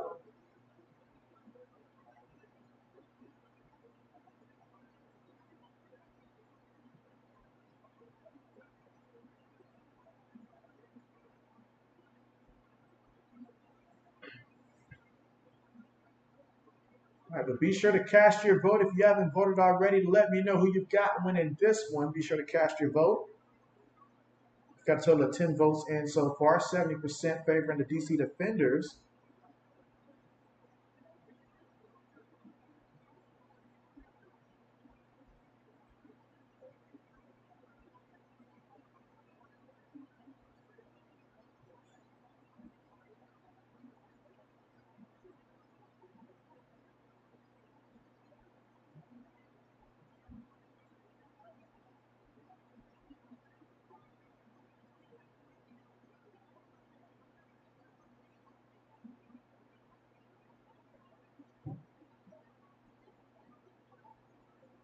All right, so kickoff on the way.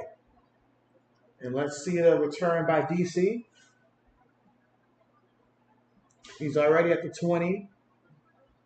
Goes out of bounds here. And so let's see what DC does here. Obviously, what they want is a little bit of consistency. They want a little bit of consistency offensively here. And it would help if they were able to get that ground game to complement the pass.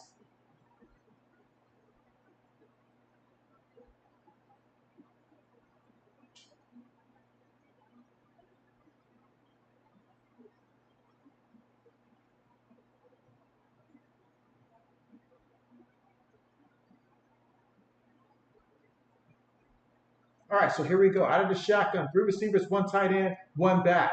They're going to feed it to the back. And Harris going the wrong way. Buddy going to lose about 3 yards on the carry. And that's going to make it second down coming up here. Second and a long situation here. Second and about 13. And again, DC searching for answers now. Takes a snap out of the shotgun. Looking. Throws it. Incomplete. Incomplete. I saw his tight end was open there, but apparently he didn't see him. So now we're looking at a 3rd and 13, a situation you don't want to be in right now. So with 3rd and long, let's see what happens here.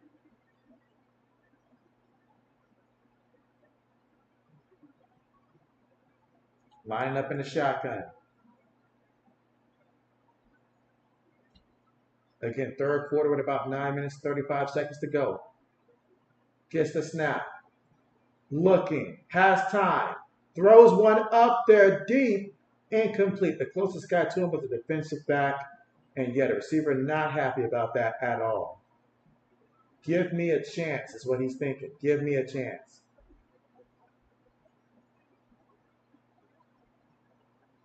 He's like, man, this quarterback's playing like garbage right now. All right, so now 4th down. And just like that, Houston's about to get the football back, guys. Houston is showing. DC may be dominating our poll question, but right now, Houston, they're looking pretty good. Gets the punt from their own 22. Got to make some guys miss. Brought down at about the 28-yard line. Braden says, let's see. I've seen Ohio State freshman receiver. He's doing really well during spring workouts. And so, yes. Earlier today, I seen Kyle McCoy's, he did a little highlight pass or whatever they call it, a highlight, down there at Syracuse and stuff like that. So, but I haven't watched too much of the spring workouts. I need Kyle McCoy to tell me why he chose to go to Syracuse.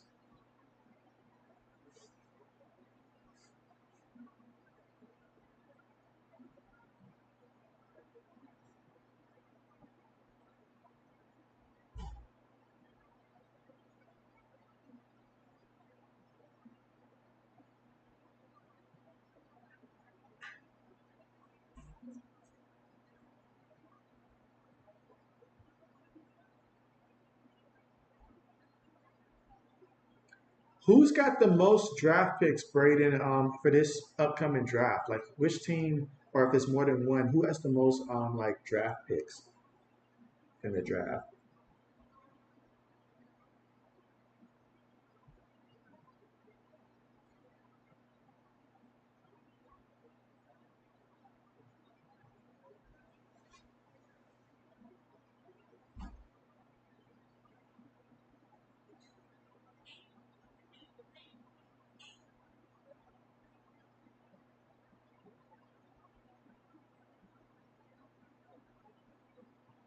All right, just waiting to get back from the commercial here.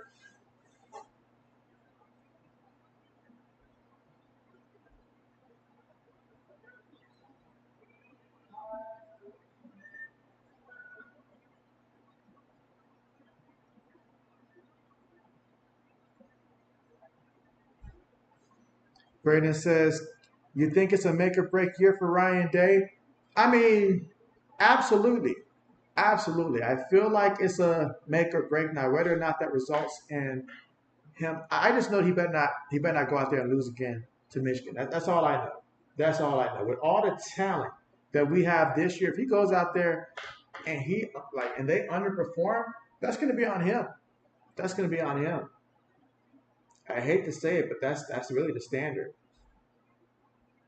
Now, I gotta obviously see the circumstance of the season to know whether or not, but I feel like he's got a lot of pressure this year.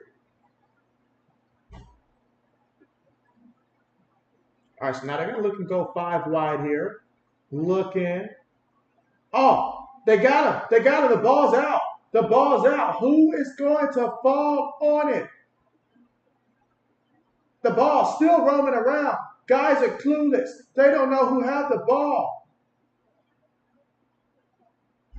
I'd be extremely frustrated if I was the DC defenders right now because the ball literally just rolling around, and nobody's aware of where the ball's at. But all that excitement just for it to end up being second down.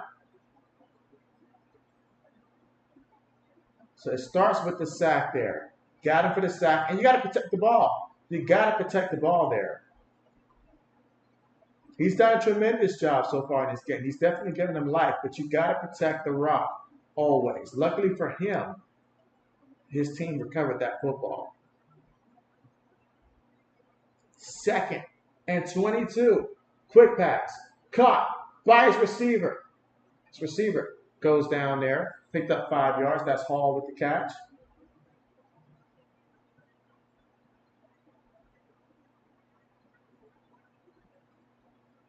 Hall's got 4 catches for 36 yards so far in this one.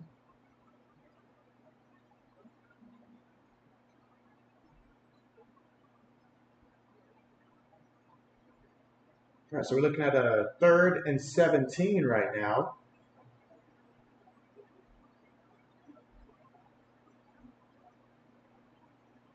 Here in the shotgun, snaps it, looking, gonna go deep, and that's going to end up being incomplete.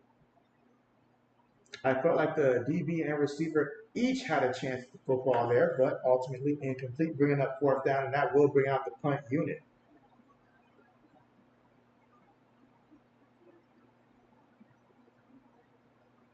Yeah, both guys had an opportunity there for the football. Braden says a bunch of teams have 11 picks in the draft, including the Packers. And so, okay, bet. Punt's on the way.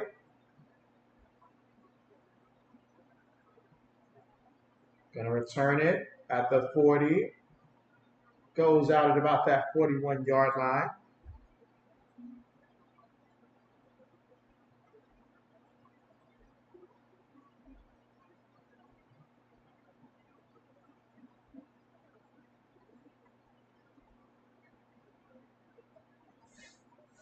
All right, so let's see what the DC defenders do this time out here in the 3rd quarter. With about 6 minutes and 28 seconds have to go here in the 3rd. They'll be taking over from their own 41-yard line. And this one, looking at the comparison with these two teams. For total yards here, Houston Roughnecks, they have 185 yards total in this one. The DC defenders, they have 142 yards total. Looking at the two teams passing-wise, as a team, Houston, 143. DC, 116. Now, rushing-wise, Houston, 42 yards on the ground. Meanwhile, DC's got 26 yards on the ground, so absolutely nothing out of there on the ground. They've ran the ball 15 times for just 26 yards on the ground, and that's definitely something that you need a little bit more than that. Harris, he's got 8 carries for 10 yards in this one. There's been quite a few times where he's just lost yards on carries and stuff like that multiple times. Higgins has looked decent the last time out there. If I was DC, I would look to give him a ton of carries moving forward in this game and see if he can spark something because it seemed like the last 2 carries he had were like decent carries. But they got to get creative. They've got to get creative. Whether we're talking a trick play, throw it to a receiver and let a receiver pass it or something like that, they got to get a little bit creative out here to spark some life offensively.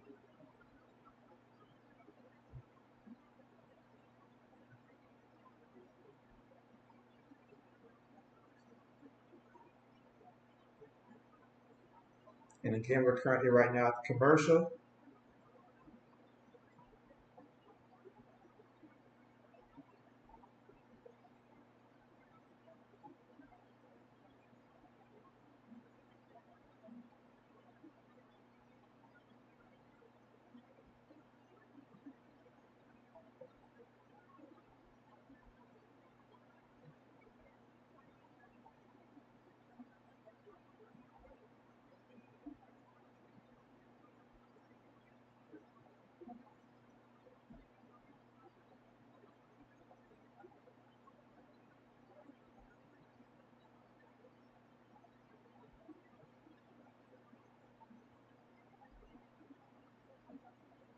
All right, so looking to see how this one plays out. But so far, second half there, Houston has done their job so far there, especially considering the circumstance where, Senate had to come in for the injured Garantino there, and Senate looks pretty good, but now it's got to be Jordan Teamu.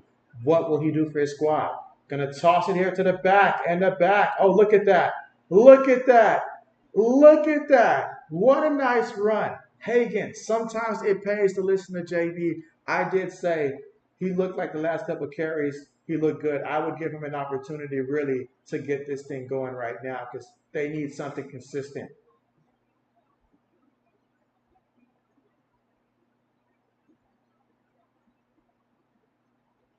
This time, Jordan Taylor up under center. Play fake. Guy in his face, throws it, gets it to his tight end. His tight end looking, brought down. Not going to get much on that one. And that's McKinney. We saw earlier when McKinney had that touchdown catch, which was a nice, spectacular touchdown catch. Don't know how he did that one, but this is just a second catch, that time for no yards.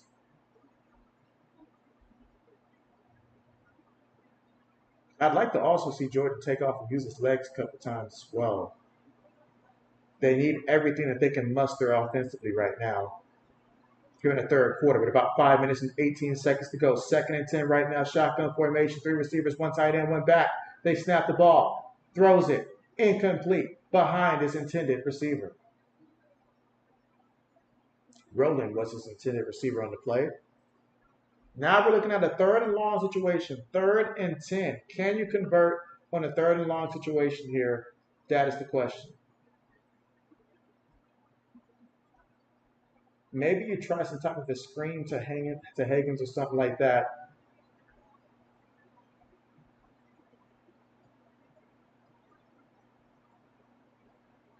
All right, let's see what they try here. Looking, throws it, incomplete, incomplete. Try to get that one to Kiki across the middle there, incomplete. 4th down coming up.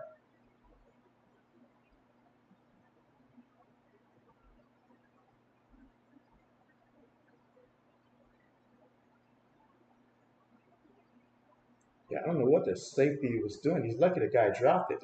You're supposed to be there to help.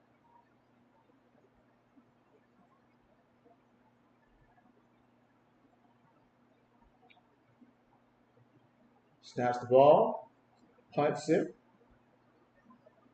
Fair catch called at his own 10-yard line.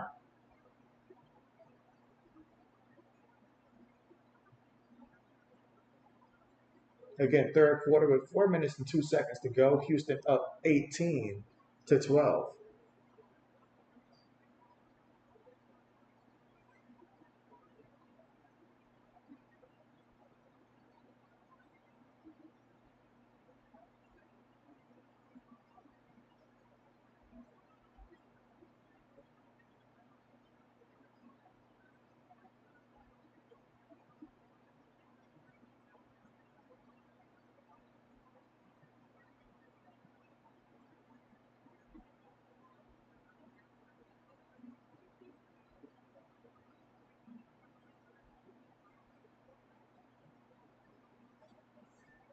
right, and again, we are here in the third quarter.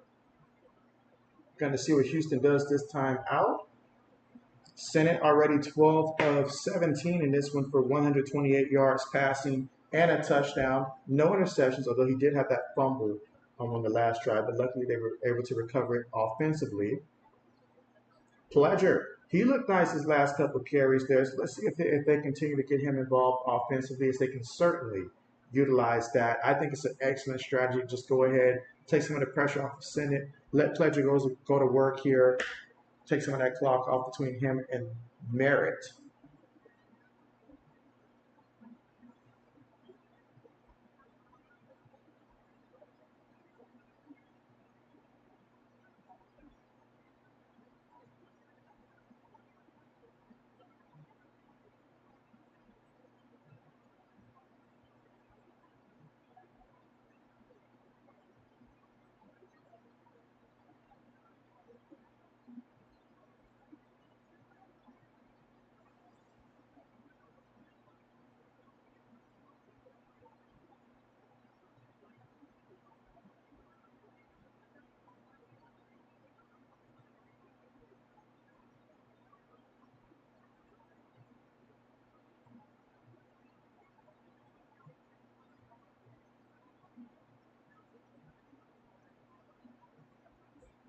All right, so getting ready to get back to the action here. Again, still third quarter, over 4 minutes left to go here in the third. Anyone's game at this point.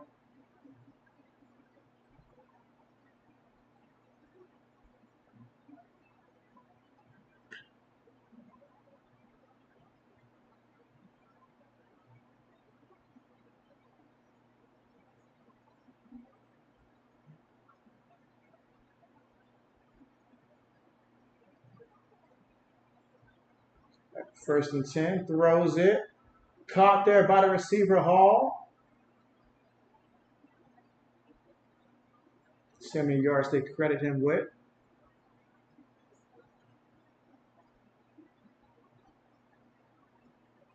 Picked up 7.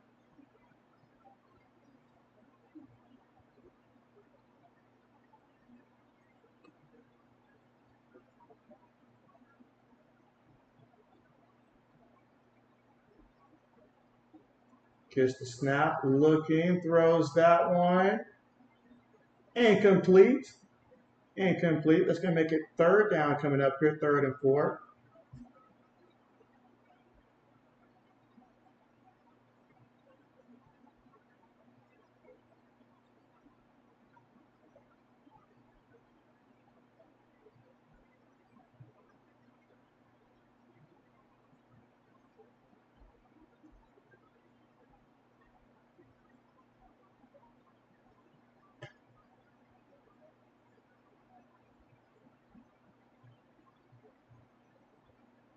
All right, here we go. 3rd and 4. Looking, throws that one. Oh, man, look at that. Merritt on the move. And he could take it. Oh, he lost the ball, actually. Oh, my goodness. How do you lose the ball? Wow. It was a huge play, but he fumbled it. Insane. Wow. Braden says, crazy play coming, JB. I'm flabbergasted, Braden. I am flabbergasted. That was insane. They ripped the ball out just when I thought it was going to become a foot race to the end zone, and they just ripped the ball out. Wow.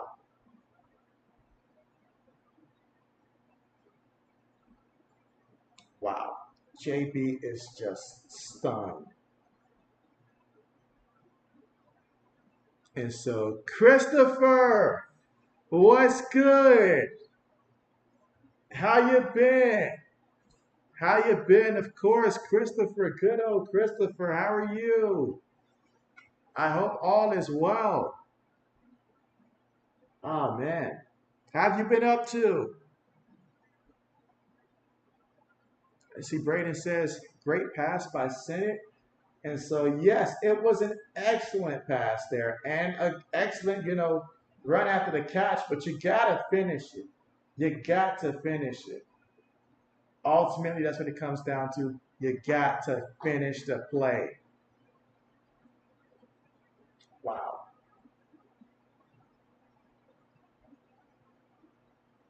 Oh, man. So, Merritt's being looked at by the medical staff there. Obviously, got hurt on the play. That's tough. See, Christopher says, great. And so that's what's up. That's what's up. Braden says, oh, the running back looks like he got hurt. And so I imagine with how they ripped that ball out and stuff like that, it's just, I imagine he probably pulled something. I don't know. I don't want to speculate, but maybe a shoulder type of injury. Or I would say shoulder probably. Shoulder probably. Let's see. Braden says, yep, you have to. And so oh yeah, that would have been a huge play because you look at how Houston has been playing defensively and stuff like that. So if they score a touchdown there, then oh my goodness, oh my goodness. Now I see that they credited that as a rushing attempt. It looked like that should have been a pass catch, if I'm not mistaken. But either way, that would have been 63 yards right there. Insane. Medical staff still looking at him. I see that they've got multiple people around him there. Hopefully he'll be okay soon. But man, that was heartbreaking there. That was heartbreaking. And let's see, with 11 votes in, 73% saying the DC defenders got this one, while 27% say, hey, Houston's up for a reason.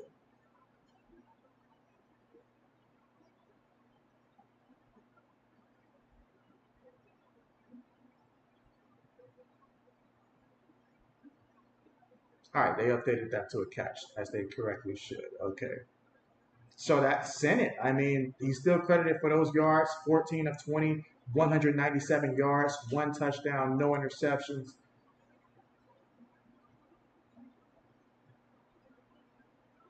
I mean, you see the team around him showing him some love and support. That lets you know the type of injury that is. And Houston, despite the fact that they're leading this one, you look at the injuries and stuff.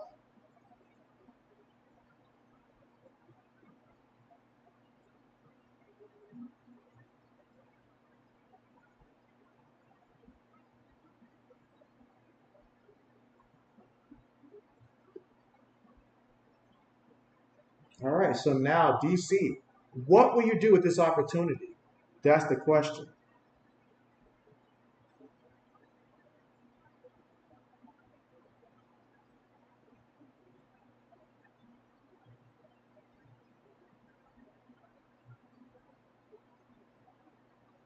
That is the question. What will you do? Jordan Teamu, they need you now.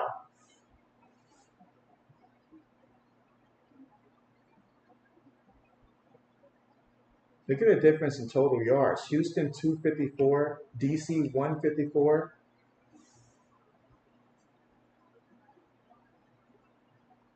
All right, so they're going to line up here. I see multiple tight ends. I see one back in the backfield, two receivers top of the screen. Jordan Teamu's up under center here. Tight end goes in motion. Play fake. Throws it. Was it a catch? It looks like it was a catch. And it was a catch. He will be about a yard shy of that first down marker.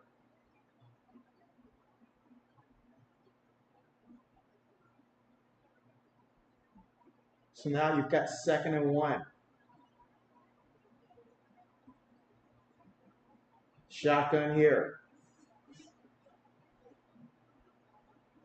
Feeds it to the back. Oh, he faked it to the back there. That's incomplete there.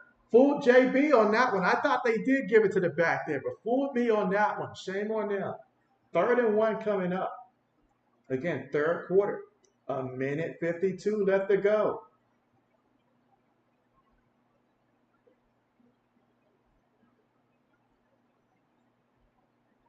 All right, here we go.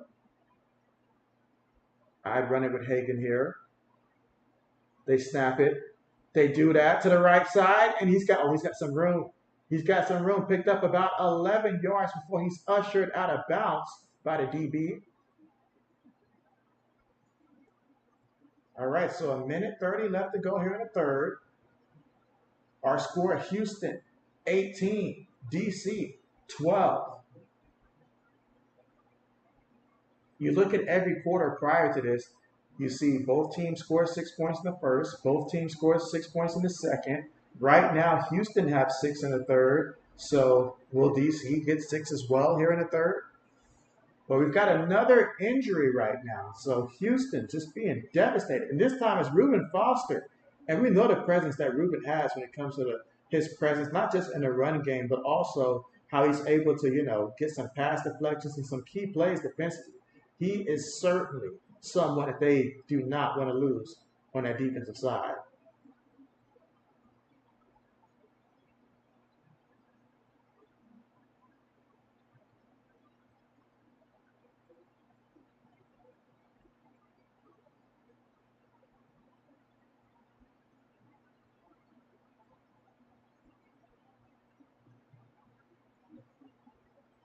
All right, so just trying to figure out how this game is going to end up going. This has been, something tells me the fourth quarter is going to be an exciting finish to this one.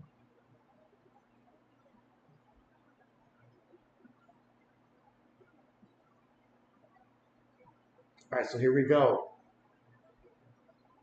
Multiple tight ends, one back in the backfield, two receivers. They feed it to the back, and the back tried to go off the left side there. That hole closed quickly. Picked up a yard on the play.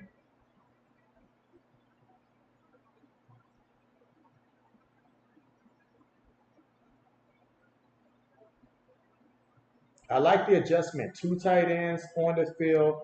Absolutely love it. The two tight ends, two receivers there. Give your running back an opportunity to go down there and get physical and get some yards. But now we're looking at the 2nd and 9 situation here. Snaps it. Feeds it to, oh, he covered himself here. Covered himself before he basically got grabbed by the neck on that one. So now we've got 3rd down coming up here. I like it though. Way to keep them off, because right now Jordan had not ran it that often. So that was a big time play there, picking up about 8 yards on the play. 3rd and 1. Feeds it to Hagan. Hagan takes on the contact, picks up that 1st down. That's going to take us to the end of the 3rd quarter. But what a play. So now, 3 quarters in the book. Houston up 18-12. DC trying to get their first point since halftime.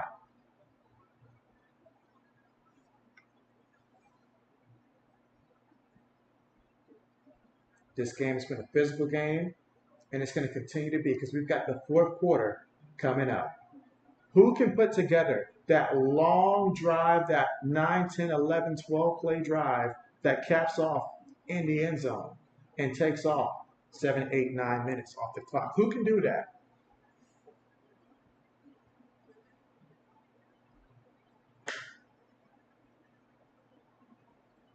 But again, we are right now at the commercial. Brayden, talk to me. All the scouting that you've been doing with all the, videos and stuff like that you've been posting up there about these upcoming, draft players and stuff like that. Who are your top 3? And by top 3, I don't mean like the best players and stuff like that, but the top 3 fits you feel like for your Green Bay Packers from rounds, let's just say rounds 3 or after. So anywhere from the 3rd round or after, because we hear all the time about the first 2 rounds and stuff like that. But from rounds 3 or after, are there any players that you've identified that you're like, hey, this kid has it. I hope that my Packers get him, around that 3rd, 4th, 5th round. That hidden gem, as they call it.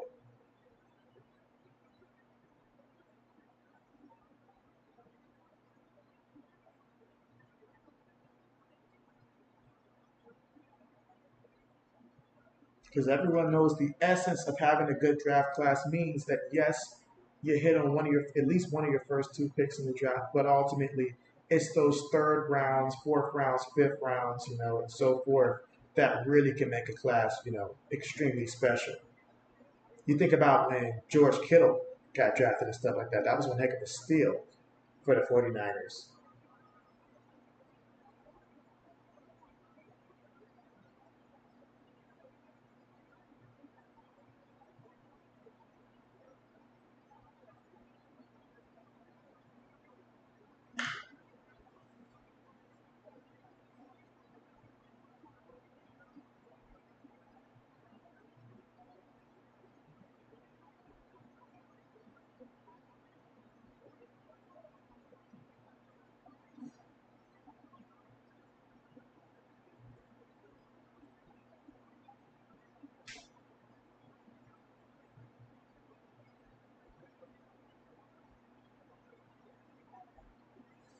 One quarter remaining in this one. Houston up by 6. DC with the football just picked up a first down.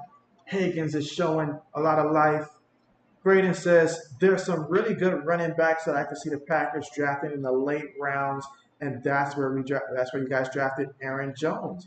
Wasn't Aaron Jones? Was he like a fifth round pick, if I'm not mistaken? Like a fifth round pick? You guys select him in the fifth round? But yes, definitely the more backs, the merrier. All right, first and 10. Throws it. Gets the completion.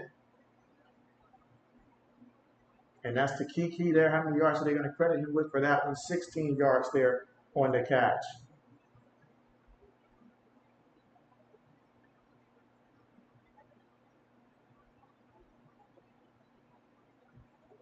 Looking, throws it one to the back. About 3 yards shy of getting to that first down marker. So DC moving the football here.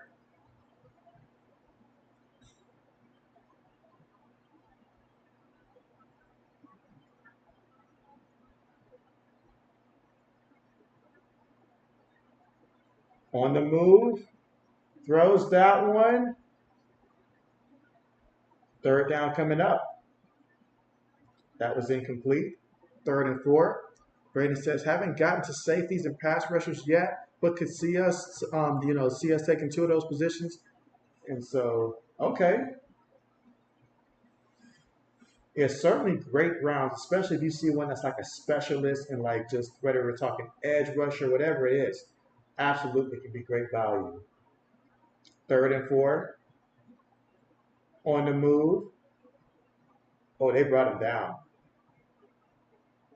4th down coming up.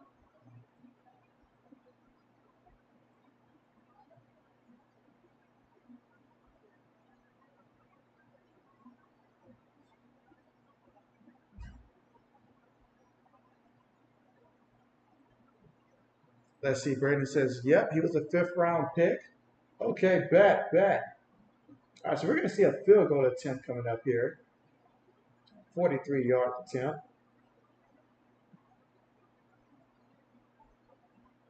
I mean, they've got some kickers in this league. I will say that. They've got some kickers. Look at that, right down the middle. I think that was exactly right down the middle right there. Excellent job. 18-15 is our score right now. And man, to think that somebody's going to fall to 0-2. Both teams want to make sure that it's not them.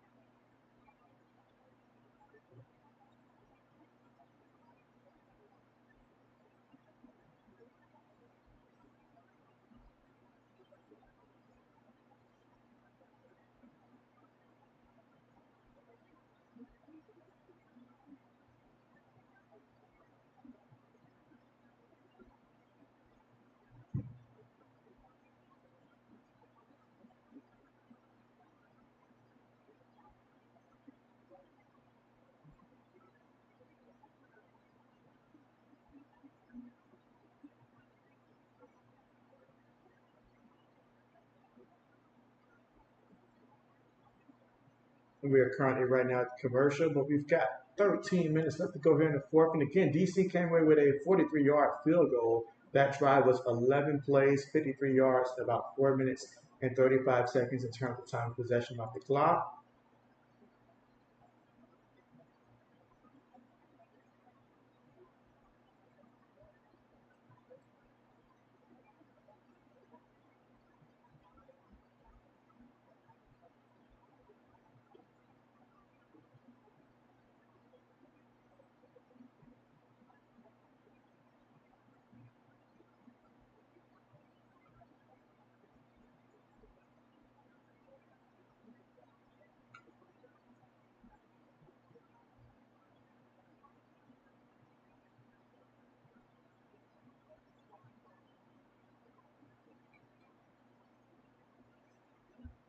Let's see. Braden says, did receivers in this class is really deep at receiver. There's going to be a guy drafted in the later rounds that's going to be a steal for a team, and that team has to be New England because we need it.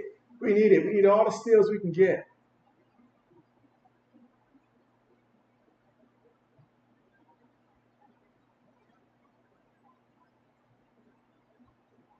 But yes, I'm really excited about this year's receivers class. Like really, really excited about it.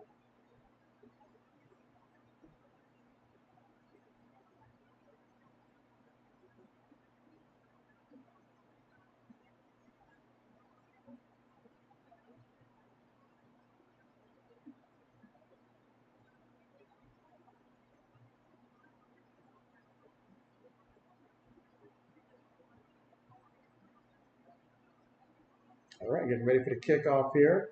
Separated by 3 points so far in this one, 18-15 with Houston on top. Kickoff now on the way. Houston's going to return it. Let's see what he does with it. At the 30, brought down at about the 32-yard line. Brandon says, oh, you guys need a receiver. And so, oh, yeah. Perfect year to need one. I guess you can say it that way. It's just a matter of us drafting the correct one. And that's what concerns me.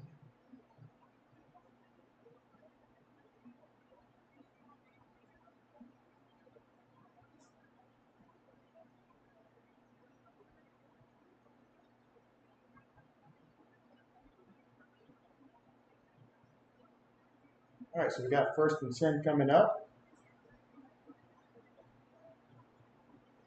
3 receivers, 1 tight end. 1 back, snaps it. It's a screen. Oh, that ball's deflected. They read that one like a book. Great job. Great job. They were not going to let it get that easy one.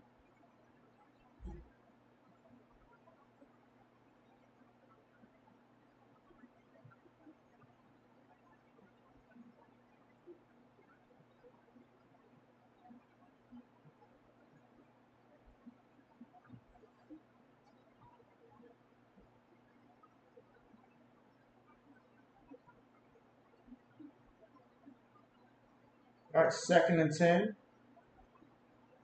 Feeds it to the back, and oh man, he's going to lose about a yard or 2. 3rd down coming up. Now this is where you know it's important to get a couple 1st downs here. You know, take some time off the clock, ideally score, but you certainly want to get the ball right back to DC here on 3rd and long.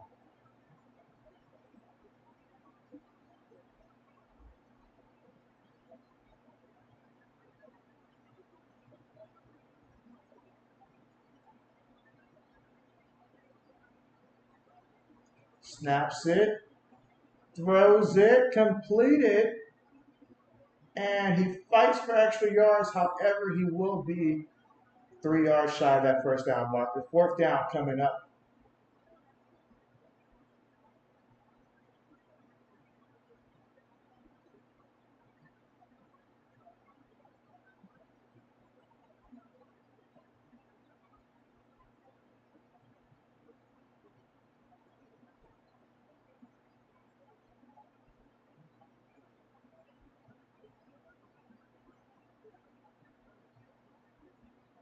Punts on the way.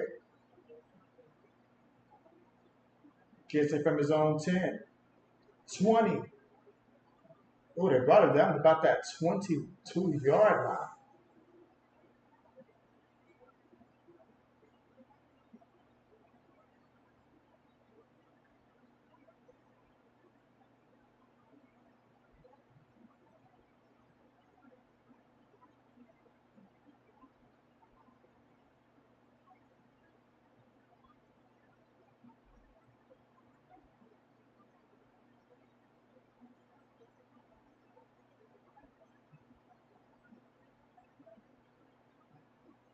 All right, so under 11 minutes left to go here in the 4th quarter, separated by just 3 points here. How will this one play out?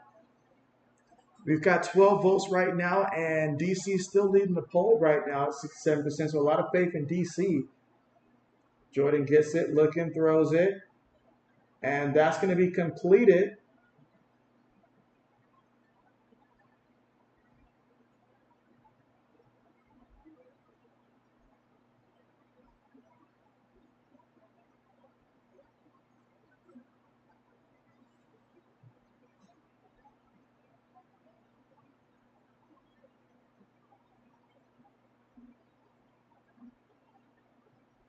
All right, 10 seconds left on the play clock here. Jordan up under center. Feeds it to the back, and the back, cut back, almost stumbled there, but look at him go. Oh my goodness, this is going to make up for the kind of game that he's been having, because he's been having a terrible game in that backfield, but that will certainly more than make up for it right there. Huge pickup. 25 yards there by Harris.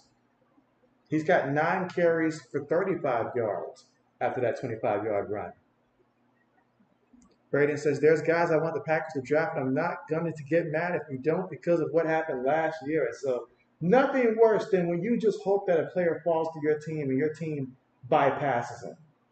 Meanwhile, quick pass there to the tight end. Okay, it's going to be about a yard shy of that first down marker. Make it 2 yards. 2nd and 2 coming up.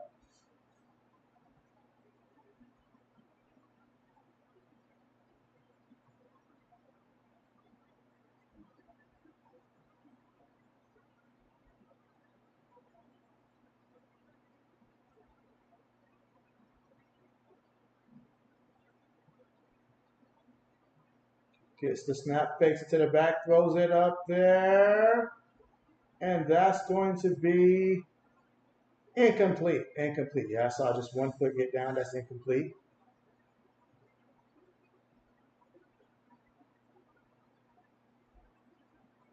Oh, the receiver definitely in some pain there, holding his shoulder.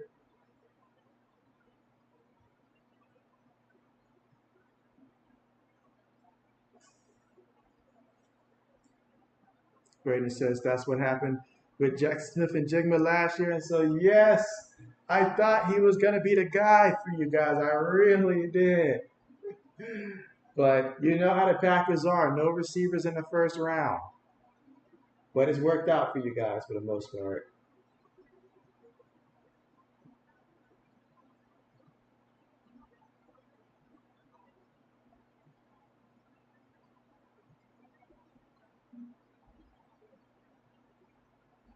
So we're looking at a 3rd and 2 situation here. 4th quarter with about 9 minutes and 3 seconds to go. Ball on the Houston 34-yard line.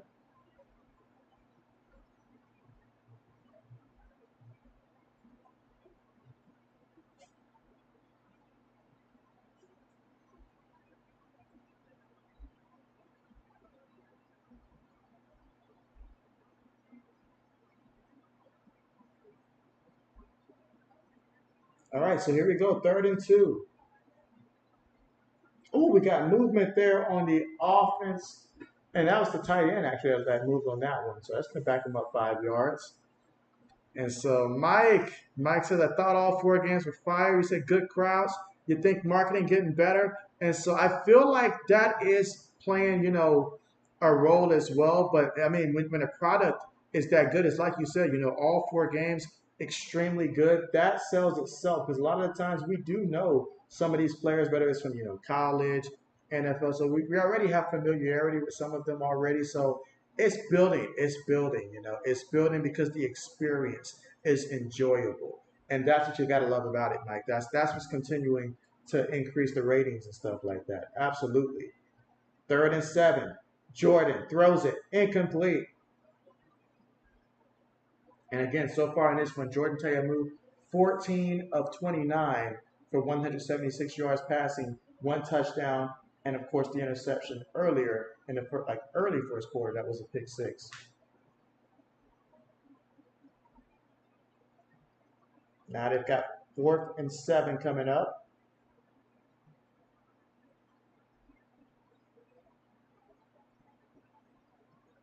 All right, so 4th and 7 right now, and they're going to line up to go for it. Okay, roll the dice. I hear you.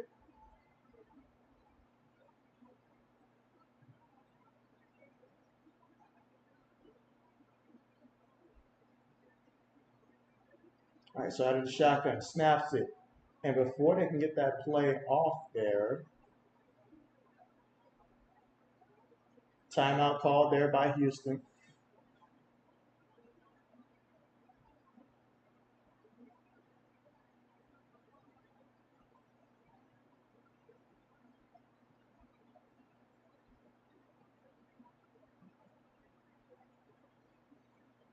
Let's see. Mike says, disappointed by EJ Perry and Corral.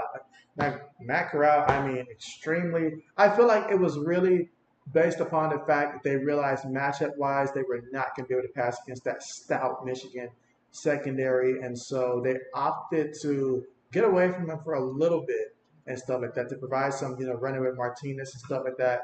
They knew the ground game was where they wanted to, but later in the game, as the defense is starting to, double down on the ground game, go back to him. But yeah, definitely he wasn't having the best of games early on, but absolutely. Expectations, yeah, definitely. Because last year, the standard that we had at quarterback last year for the Stallions, oh yeah, that would not fly. That would not fly.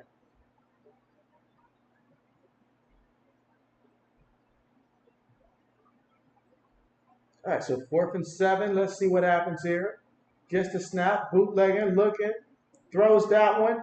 Oh man, look at that. It's caught. He's rumbling.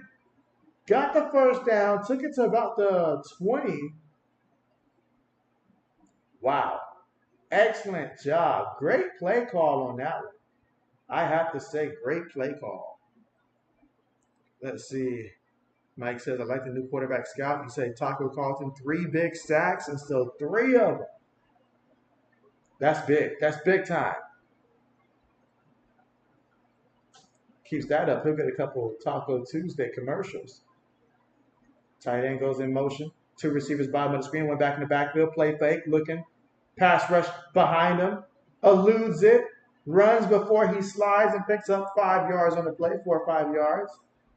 Excellent job on that one.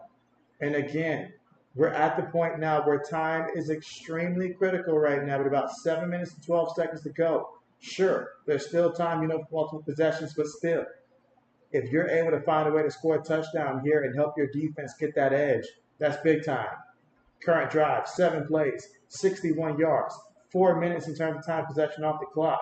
Under 7 minutes to go here in the 4th. Shotgun formation, 3 receivers, 1 tight end, 1 back.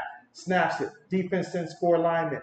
Steps up in the pocket. Throws that one under pressure. Incomplete. That would have been a tough catch there. Great job by Elder. Again, Elder was the defensive back that had that pick 6 early in the first quarter. Might want to be aware of where he is in the secondary. And let's see. Mike said, did you see the Battlehawks game? And so I saw some of it. And you say 40K. You say absolutely fire fans. You say game 1 very good too. You say Chase Garber disappointment. And so, oh yeah. I'm not even gonna make a joke out of Garber's name there, but you get the point there. All right, with 6 minutes and 10 seconds to go here in the 4th. 3rd and 7 for the offense.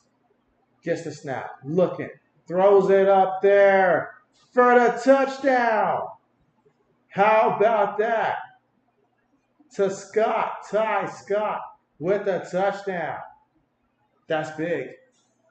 That's big time.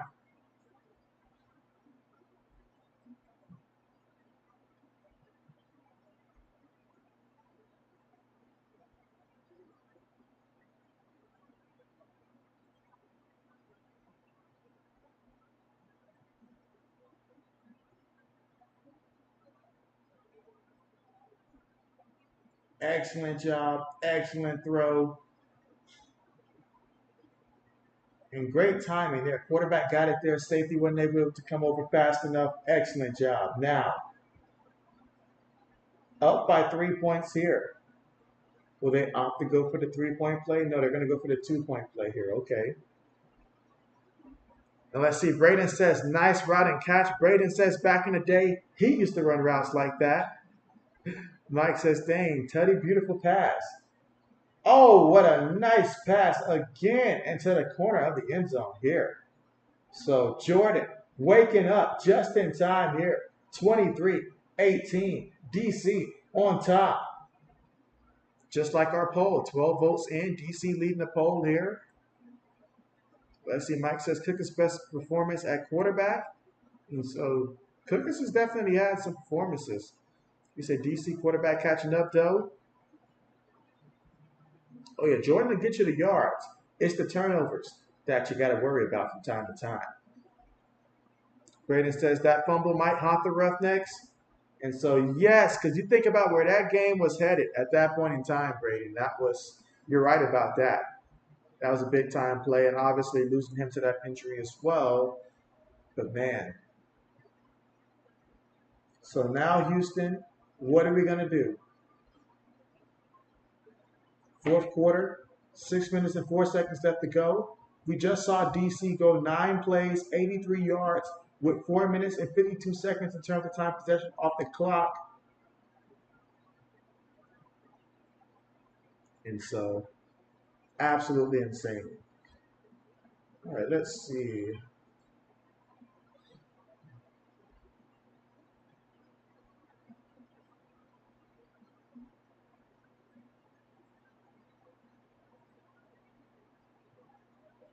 All right, got to check the numbers here, Mike, and let me verify and see if anybody else had a better week.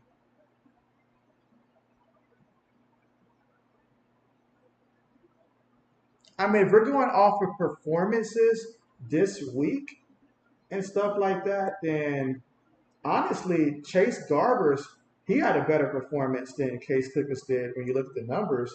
Because Garbers was 29 of 40 for 287 yards, 3 touchdown passes, and an interception, not to mention 3 carries for 20 yards against Memphis. Meanwhile, Case Clippers, he was 17 of 31 for 194 yards and a touchdown. So even though no picks, but still. He also ran the ball 9 times for 58 yards, so give him credit for that as well. But if we're looking at QBRs, Chase Garber finished with like a QBR of 107 after that game. Again, it was one heck of a fourth quarter to get that, but numbers are numbers if we're going based upon week 2.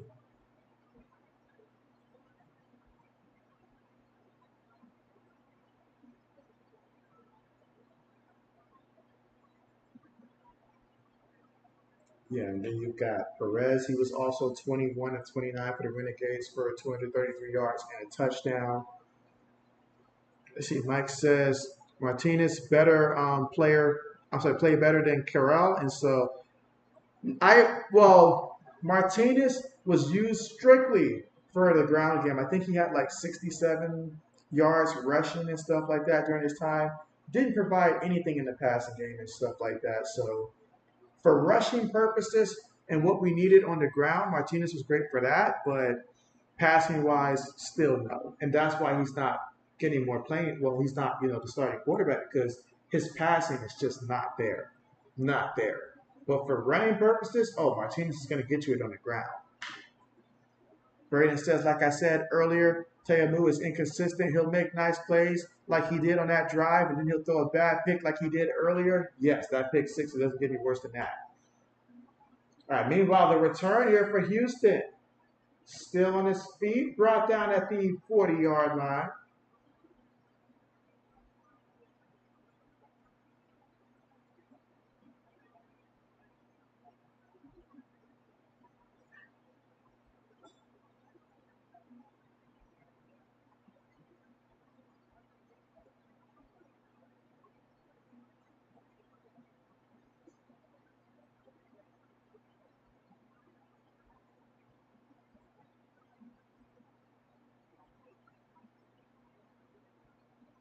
All right, so here we go. Shotgun. Feeds it to the back. Oh, nice carry there. It's going to take it to about the 47-yard line. And so, let's see. Mike says, where's Jar Smith? And so, that is what I want to know as well. To be honest, that's what I want to know as well. Because, yeah, I'm curious about that myself, honestly. Let's see. Braden says, I remember Martinez when he was in college. He had bad fumbling issues because he runs so much. I mean, he runs so much. Let's see. Brady says he was thinking the same thing, Mike. And so, yeah, I was wondering about that as well. All right, so that completion there is going to give him about 2-3 yards there. Third down coming up. That was Hall with the catch.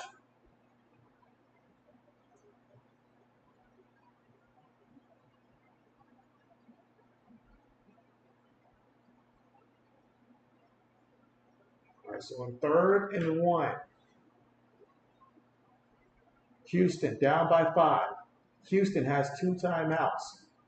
4 minutes and 40 seconds to go here in the 4th. They snap it, feed it to Pledger, and Pledger gets the first down. Picked up a yard, maybe 2 on the carry. So fresh new set of downs to work with. Can continue to take your time.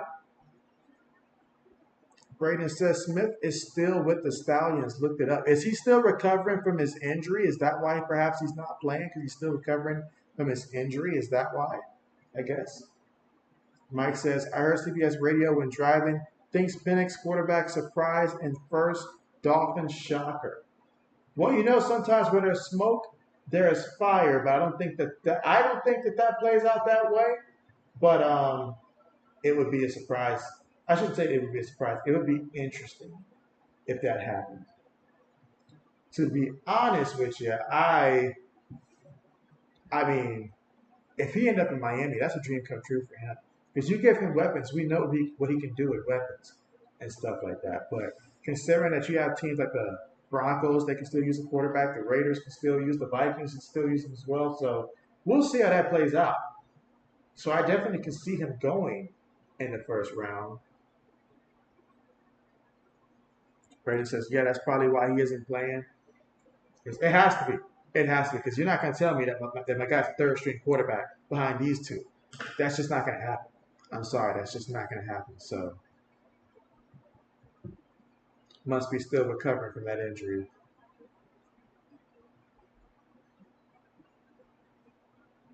But again, 2nd and 15, still 3 minutes and 22 seconds to go here in the 4th quarter. So now's a good time. Let me know who you got winning this one. It's still close, anybody's game. And of course, if you want to just throw out JBOT, that's welcome as well. Although I think that it would be insane if it ended up taking that route. Gets the snap in the pocket, taking a deep shot. Threw it up there, incomplete. His receiver was running out of real estate on that one. Couldn't stay in. So it's going to make a 3rd and long coming up, 3rd and 15.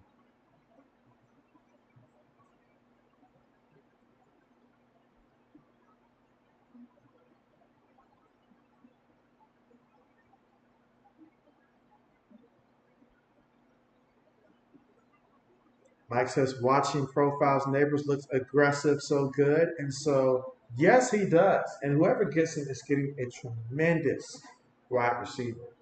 Tremendous wide receiver. You said you like Thomas too? Looks like we have some movement there on the offensive line. So that's going to make what was already a long situation even longer. We're looking at 3rd and 20. And no, Houston, if you think you're going to be able to just run a screen pass on this play, I'm pretty sure the defense is going to be looking out for that.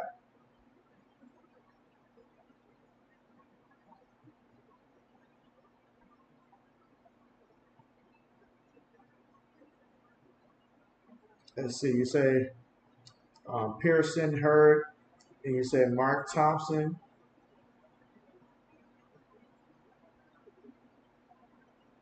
All right, 3rd and 20.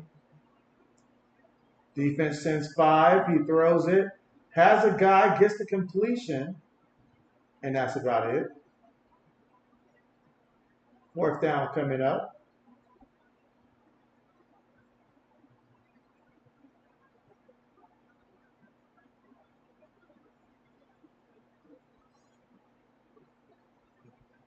All right, so with 2 minutes and 17 seconds to go here in the 4th quarter, 4th and 13, down by 5 points.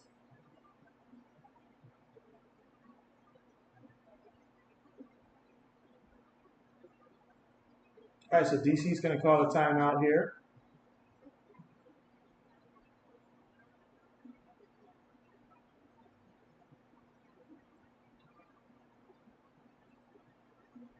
Let's see, Mike says, haven't seen Terrell Basham, and so, yeah, same here.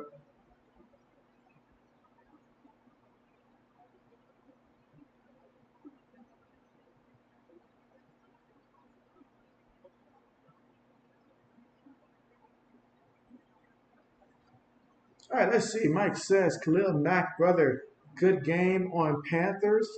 And so, ooh, I got to check the numbers on that one. I check the numbers. Let's see just how good are we talking here.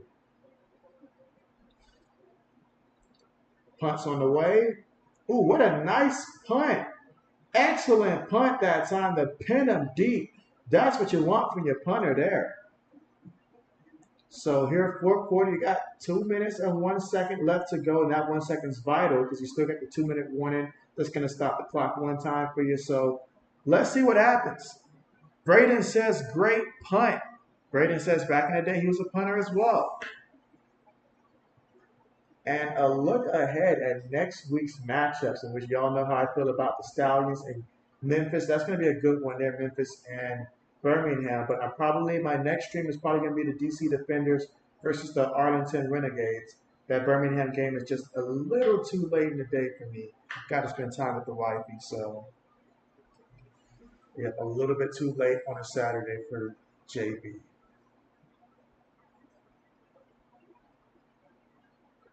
All right, so let's see what DC has in store for us. Can they find a way to get a couple first downs and run this clock? Snaps it, feeds it to the back, and he's going to get back to the line of scrimmage. Let's see, Brandon says Brahmas versus Battlehawks next week will be exciting to watch. And so I'm liking the schedule. I'm liking the schedule a lot. Now what I want to hear next year is that I want to hear that they're going to go ahead and bring like 4 more teams, bring 4 more teams into it. That's what JB wants to see. Let's see, Mike says they're super good cornerback in CFL. And so, I mean, I can't wait for that, CFL. And you say, Skip College gonna get drafted? Okay.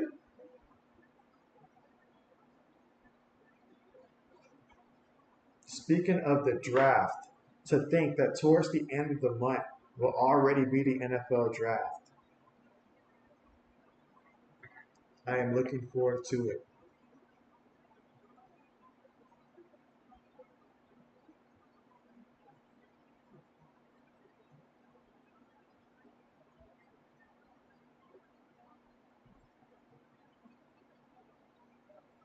Let's see. Braden says, same, bring back the breakers. And so, yes, right? Bring the breakers, the stars. Oh, man, so many. Pittsburgh Maulers. Bring them back. Bring in at least, 4 more teams, 2 from, obviously USFL, 2 from XFL. Bring in 4 more next year and then continue to build until eventually over the next 3 years, we have all the teams in the league because the support is there. The support is growing. There's plenty of guys who are talented that can go out there and perform and stuff like that who don't, get the chance to actually go out there and play. So I'm all for it. You see that this is working great. So go ahead and continue to expand because, expansion, they like talking money. That's more money. That's more people that we get to actually benefit to watch and stuff like that. So I'm all for it. I'm all for it.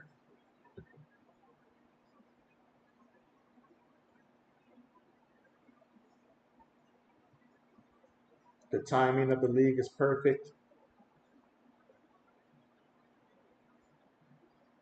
I looked at number 90 for a second. I was like, wait a minute, that's not Tank Johnson, is it? Haven't heard that name in a minute. And so you say his name is Canton something? See if I can find it real quick. Find that name for you. Meanwhile, they give it to the back and he's going nowhere. Wow. He actually lost 2 yards in that play. That defense said we are not playing. 3rd and 12 coming up.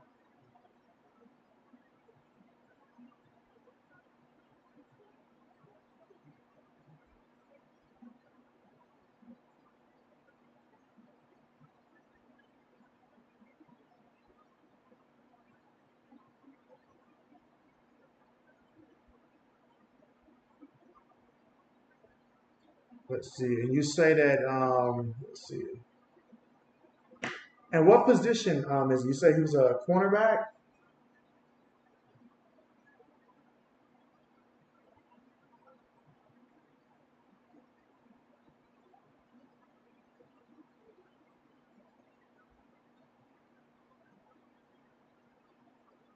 All right, so we got 3rd and 12 right now for DC. And why is this huge? Because obviously a first down keeps the drive there to where obviously Houston's only got one timeout here. So you've got a very good chance you can get this first down here to ice it. But let's see.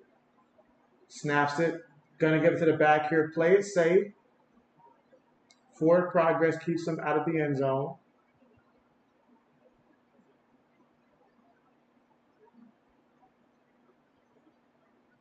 All right, so Houston's going to call that final timeout.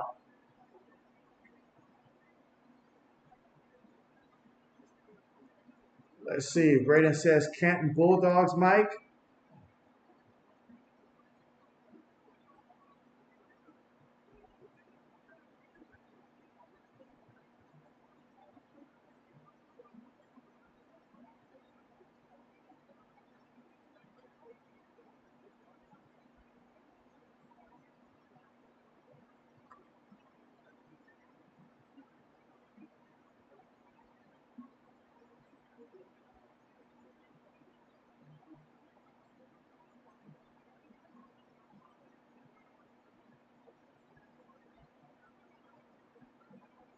All right, let's see.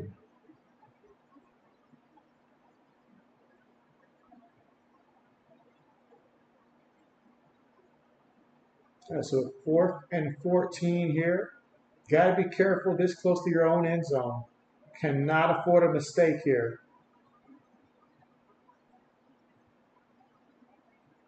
Oh, there is a penalty. False start. Let's see, Mike says Mark Gilbert needs better NFL look.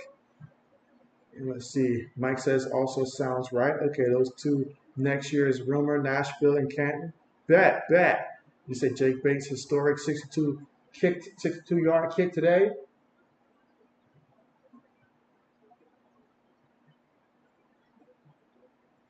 All right, so they've got to get this punt off.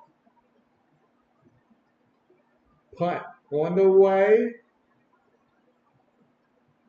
Clean punt return. It's at the 45, the 40, still on his feet. The 30, boy, he's knocked out of bounds there. And oh, he is hurt. Oh, he is hurt. And that time you can see his head and his neck there got hit by the player there. He is hurt. Medical staff will take a look at him.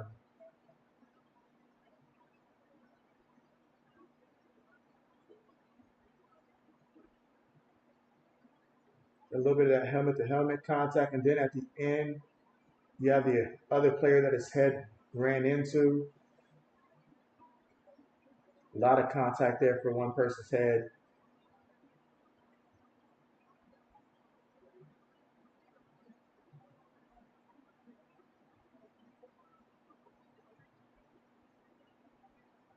And that's big because he's been a huge part. Hall has been a huge part of their passing game in this one. So we'll see where Senate looks here. Let's see. Mike says, why is Reed Senate in? Yeah, he's in because Garantano got hurt earlier in this game. Like early in the first half, he got hurt. He was 3 of 8 for 23 yards, but he had got injured. He looked like he was having back problems. They took him to the locker room, and so yeah, he's been completely out. You say, did Mark Thompson play? Mark Thompson has not played in this one. So, no, he has not played. All right, but now, since Sennett's been in it, hey, Sennett, he's looked pretty good. Shotgun formation. Fletcher goes in motion, snaps it, throws it, quick pass, caught by the receiver. He's about 2 yards shy here. Got to hurry up. Got a minute, 26 seconds to go here in the fourth. And remember, they've got no timeouts to work with here. A quarterback here who stepped in and has looked pretty good. Over 200 yards passing in this one. 215 to be exact. 18 of 27. 1 touchdown, no interception. So he's looked pretty sharp since he's gotten in there. And just like that, your right tackle messes it up, starts moving early. What is he doing? What is he doing? Right now, we've got 14 votes and 71% here say that DC is going to win. 29% says that Houston's going to do it. Do not forget to cast your vote, guys, and let's see if the poll gets it right as a unit. Mike says back issues suck.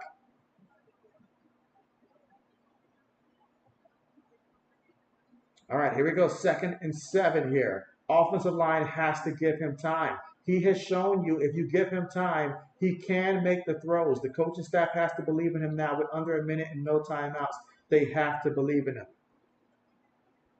Let's see, Mike says they dislike the Roughnecks colors. He said, all blue, please.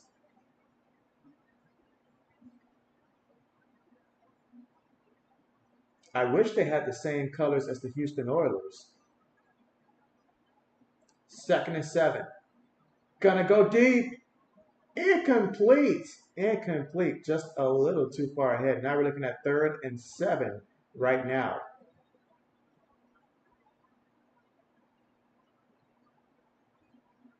Again, 48 seconds. No timeouts for Houston. Sennett in there at quarterback, in which he's done pretty good so far. Now on 3rd downs, they are 3 of 12 on 3rd downs. 3 seconds right now on the play clock. Got to snap it. He does. Throws it. And it is completed there. Running back did bobble that one, but he got the completion there. He's going to be about 2 yards shy of that 1st down marker. Looking around for the officials again. Got to be quick here. Got to move with a purpose here. Can't just be lollygagging around. Got to move here. 4th and 2. Got to get the 1st down and then think about the clock. But first, get that 1st down if you're Houston. Oh, and look at that. A penalty. That's big. That's huge. Because they have no timeouts. That's going to move him back. Wow. Wow.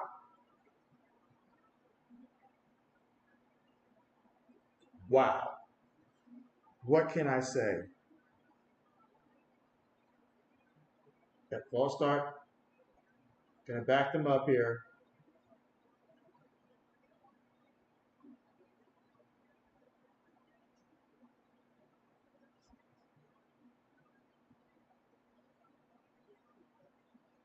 Oh, I see the movement there. You can't do that. I guess it was the center not snapping it because you look at the quarterback reaction there. He's calling for the ball, like trying to get the snap there. I'm guessing the center just didn't snap it. All right, so now 4th and 7. Gets the snap. Pass rush coming. The guy was free. Has to throw it off the wrong foot there. Tight end just probably couldn't locate the ball there. Incomplete. Leaves 1 second on the clock, but that's going to be game right there. The DC defenders, they will get their first W of the season. There is a penalty there, but I doubt this penalty is going to really impact the things there. Mike says good game. Braden says that's game. JB says he's going to go ahead and end the poll here. And wow, what a performance. Now let's see what indeed this last penalty is for. Braden says, great stream, JB. See you next week. Yes, see you guys next week. And hey, make sure that you guys have a great start to the week and stuff like that. And hey, let's try to get to the next weekend, hopefully as soon as possible here. But make sure you guys enjoy the rest of the day. Have a great week. And congratulations to the DC defenders here on getting the W. Jordan Tamu took the knee, and that's final, 23-18.